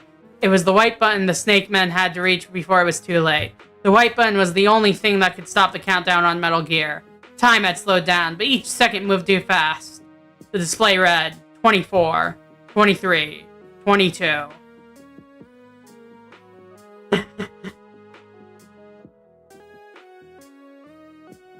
The battle continued. 7 of the 8 key cards had already appeared, opened 7 of the locks. Thanks to help given by the Snake Men, 7 of the enemy lay unconscious. But there was still one more guard to go. One more lock to open. Captain Hallie ran towards the guards, uttering his tiger yell at the top of his lungs. The force of his rush knocked the assault rifle out of the guard's hand. Instantly, the two men were locked in life or death, bare-handed, one-on-one battle. The enemy held the advantage. All he needed to do was to keep Hallie away from Metal Gear for a few more seconds. The terrorists would win. The free world would be destroyed. The task Solid Snake faced was far more difficult. In the same few seconds, he must overcome the guard, get the lock open, and then defeat the dictator Katafi in order to hit the white button. The enemy guard was fresh and strong. Justin Hallie was almost played out, a man with a mission. For many, many hours, he'd been without rest. He'd braved and endured hazard after deadly hazard, fighting for his life every minute. It was a miracle he'd come this far. Did he have enough left to go the rest of the way? Now, a weakened Captain Hallie was struggling with the last guard, the strongest of them all. The other Snake Men lay wounded on the ground, too exhausted to help him. But they'd already done their job. Now it was up to Solid Snake alone. Nothing mattered but the white button. He could see the countdown continue. 18, 17, 16. Now the enemy had Solid Snake by the throat, his powerful fingers closing, throttling, trying to squeeze the last breath out of him. Justin Hallie couldn't free himself. He was blacking out. Desperately, he looked around for help. Jennifer's brother, Eagle Man, was the nearest of the Snake Men. He was lying on the ground, close to unconscious. Oh my god. Bob, you have to help me! Croaked Solid Snake, his voice squeezed to a whisper. Take key card 8 from me and put it in the slot. You've got to hurry. Never mind me. Just get the card. We have only a few seconds left. Eagle Man raised his head weakly and nodded. Then painfully, inch by inch, Bob O'Reilly dragged himself over and pulled the card from Solid Snake's fingers. While Hallie still struggled with the terrorist, Eagle Man dropped the key card into its lock. Now all 8 key cards were in place. Things began to happen all at once. As soon as the last key card fell into place, the Lexan shield dissolved, disappearing into the ground. Metal Gear was now in the open, exposed, but the detonator timer was still ticking the seconds away. The digital display showed 15, 14, 13. The destruction of Metal Gear's Lexan shield took the enemy guard by surprise. For one split second, his hands loosened around the throat of Solid Snake. In that instant, using all his strength and cunning, Hallie broke the guard's chokehold. Now Hallie summoned every ounce of strength he had left in his body. With his bare hands, he karate chopped the last terrorist guard and threw his limp form aside. Without thought for his own safety, Solid Snake hurled himself toward Metal Gear, his right hand reaching for the white button that would disarm the weapon. But his hand never made it. As the Marine captain raced on into the booth with only seconds to spare before detonation, Colonel Katafi raised his pistol and fired. The bullet reached its target, slamming into Hallie's shoulder above the body armor. Blood began to pump from the wound. The impact sent Solid Snake's body spinning. But before he reached the ground, he twisted his body in the air, like a cat. If he could only... It was his last possible chance of success, and it worked. Hallie fell forward on the computer control panel, his hand outstretched. He saw the seconds move. 7, 6... With an angry roar, the dictator Katafi lifted his pistol to fire again. but before he could pull the trigger, Dr. Petovich, now conscious, reached up from the floor and yanked the terrorist off balance. The gun fell from Katafi's fingers. Hallie could see he was running out of time. 4, 3, 2. Solid Snake's hand reached the white button and pushed. The timer clock stopped, the countdown reading 1 second. With only 1 second to spare, Metal Gear was out of commission. The world was safe. With a beast snarl of psychotic rage, Colonel Vernon Katafi threw himself at Justin Hallie. The two men grappled with each other, each trying to get the upper hand. Solid Snake was younger and stronger than the dictator, but he was wounded and losing blood. Katafi was master of every Katafi was master of every evil, dirty trick in the book. The hand-to-hand struggle went on for minutes, and all the while the noise of a battle taking place nearby became louder and louder, the gunshots sounding nearer and nearer. Hallie reckoned that his fight with Colonel Vernon Katafi would be his last. At any moment, the remainder of the terrorist army would be in here, and that would be the end of the Snake Men. But the mission was a success. Metal Gear was disarmed, and if Solid Snake could only hang on here a little longer, he might be able to take Katafi with him. That would really be a blow struck for the free world. Suddenly, the battle was upon them. A group of armed men in uniforms ran in, brandishing their weapons at once. Colonel Katafi made a dive for the floor, going after his own pistol. Solid Snake saw the action, and kicked out with the last remaining bit of strength in his wounded body. The kick caught Katafi on the side of his head, and knocked him out. The dictator lay sprawled at the side of Metal Gear, the monster he'd created to dominate the world.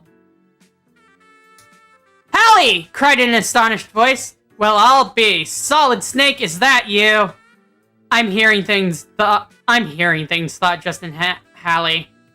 It's that bump on the head and the loss of blood. I must be blacking out. I could swear I heard, Solid Snake, it's me, Commander South. I'm here with the Foxhound Command troops and the rest of the Snake Men squad. We've got Outer Heaven completely surrounded. My men are rounding up the last of the terrorists now. I can't believe you're alive. But you're wounded, man. You're bleeding bad. Medic, get over here on the double. Get this Marine some help. I'm alright, sir. Just a little woozy. Take care of my buddies first. Solid Snake pointed to the wounded Snake Men. Eagle Man! Gray Fox! Commander South couldn't hide his astonishment. Did you free them, Hallie? Yes, sir. And I found Alan Petovich. She's safely hidden. That's Dr. Petovich, just getting up from the floor. He's on our side, sir. And is that thing Metal Gear? Asked Commander South. Yes, sir. Primed, loaded, and out of commission. I don't know what to say, Hallie, except well done. Now let's get you out of here and into sickbay. You can tell me all about it when you're feeling better. I feel fine, sir, and very glad to see you. But what about Katafi, sir? Katafi? Colonel Vernon Katafi, was he here? He's out cold, sir, lying right there. Solid Snake broke off. Mystified, the spot where the dictator had been lying was empty. Katafi was not there. He's gone, sir. He must have escaped, but how? Hallie took one step backward, wobbled, and nearly fell. He'd lost a lot of blood and was getting weaker by the minute. Easy now, Solid Snake. Commander South put his arm around Justin Hallie's shoulders to steady him. That evil maniac must have gone away in the excitement. He knows every inch of this wretched place. There must be 1,000 holes for him to crawl into. Don't worry, one of these days, we'll get him. Meanwhile, the chopper is topside and doctors are waiting. Hallie wouldn't move until he saw the last of his squad buddies loaded onto gurneys. Then slowly he followed Commander South out of the basement arsenal. His job here was done. Solid Snake's mission had been completed, and successfully. Metal Gear was now harmless, and in the possession of the forces of democracy. That doesn't seem like too good of a thing, considering later games in the series, but... The Snake Men prisoners were on their way to the best medical attention in the world. Alan and Dr. Petovich were safe, the world was safe. Even so, Hallie knew that something was missing. His victory was incomplete. He had the bitter taste of ashes in his mouth. In the doorway, Hallie turned. He spoke very softly. Wait for me, Katafi. He whispered, I'll be back, so wait for me. You belong to me. And soon I'll be coming back to collect.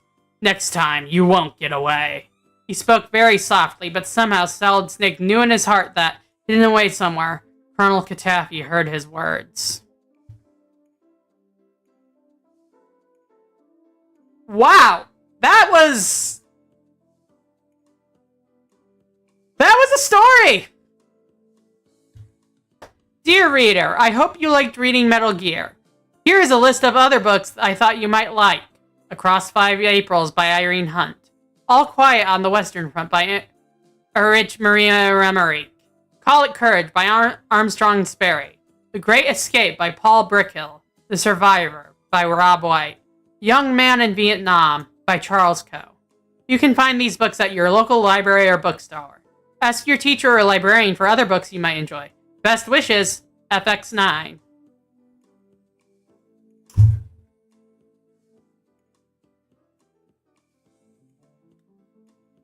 Alright, the other Worlds of Power books are Blaster Master, Metal Gear, Ninja Gaiden, Castlevania 2 Simon's Quest.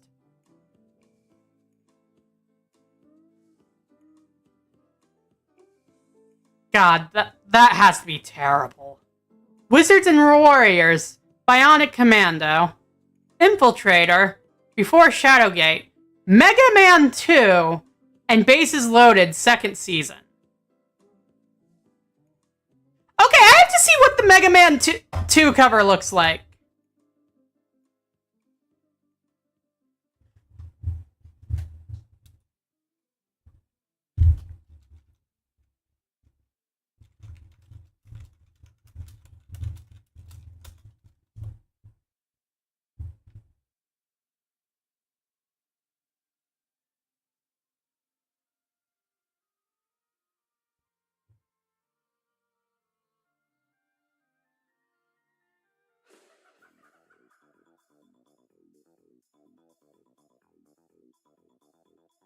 Alright, let me open up Firefox real quick.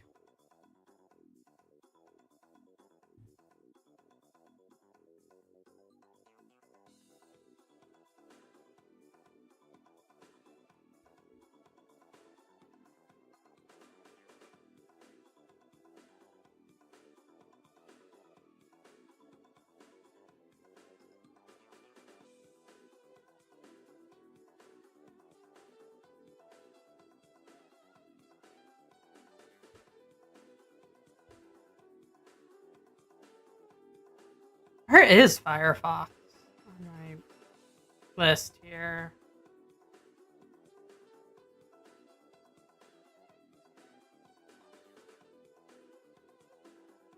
Ah, there we are. It's literally the English, the US cover of the game. So this is so I guess if we read the Worlds of Power Mega Man book, it's probably the closest to the canon story for Bad Box Art Mega Man there is. See?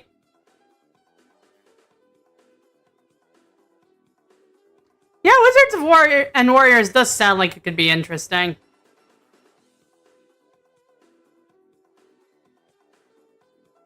Alright, well, that was Worlds of Power Metal Gear.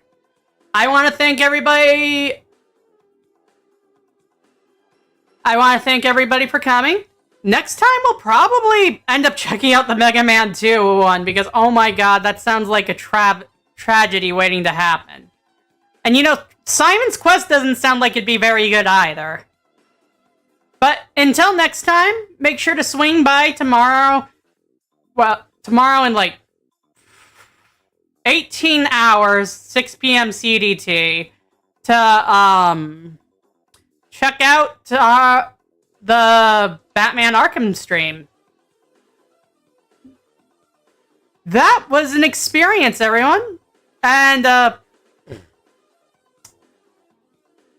do yourself a favor and just play Metal Gear. Don't assume this book has anything to do with it.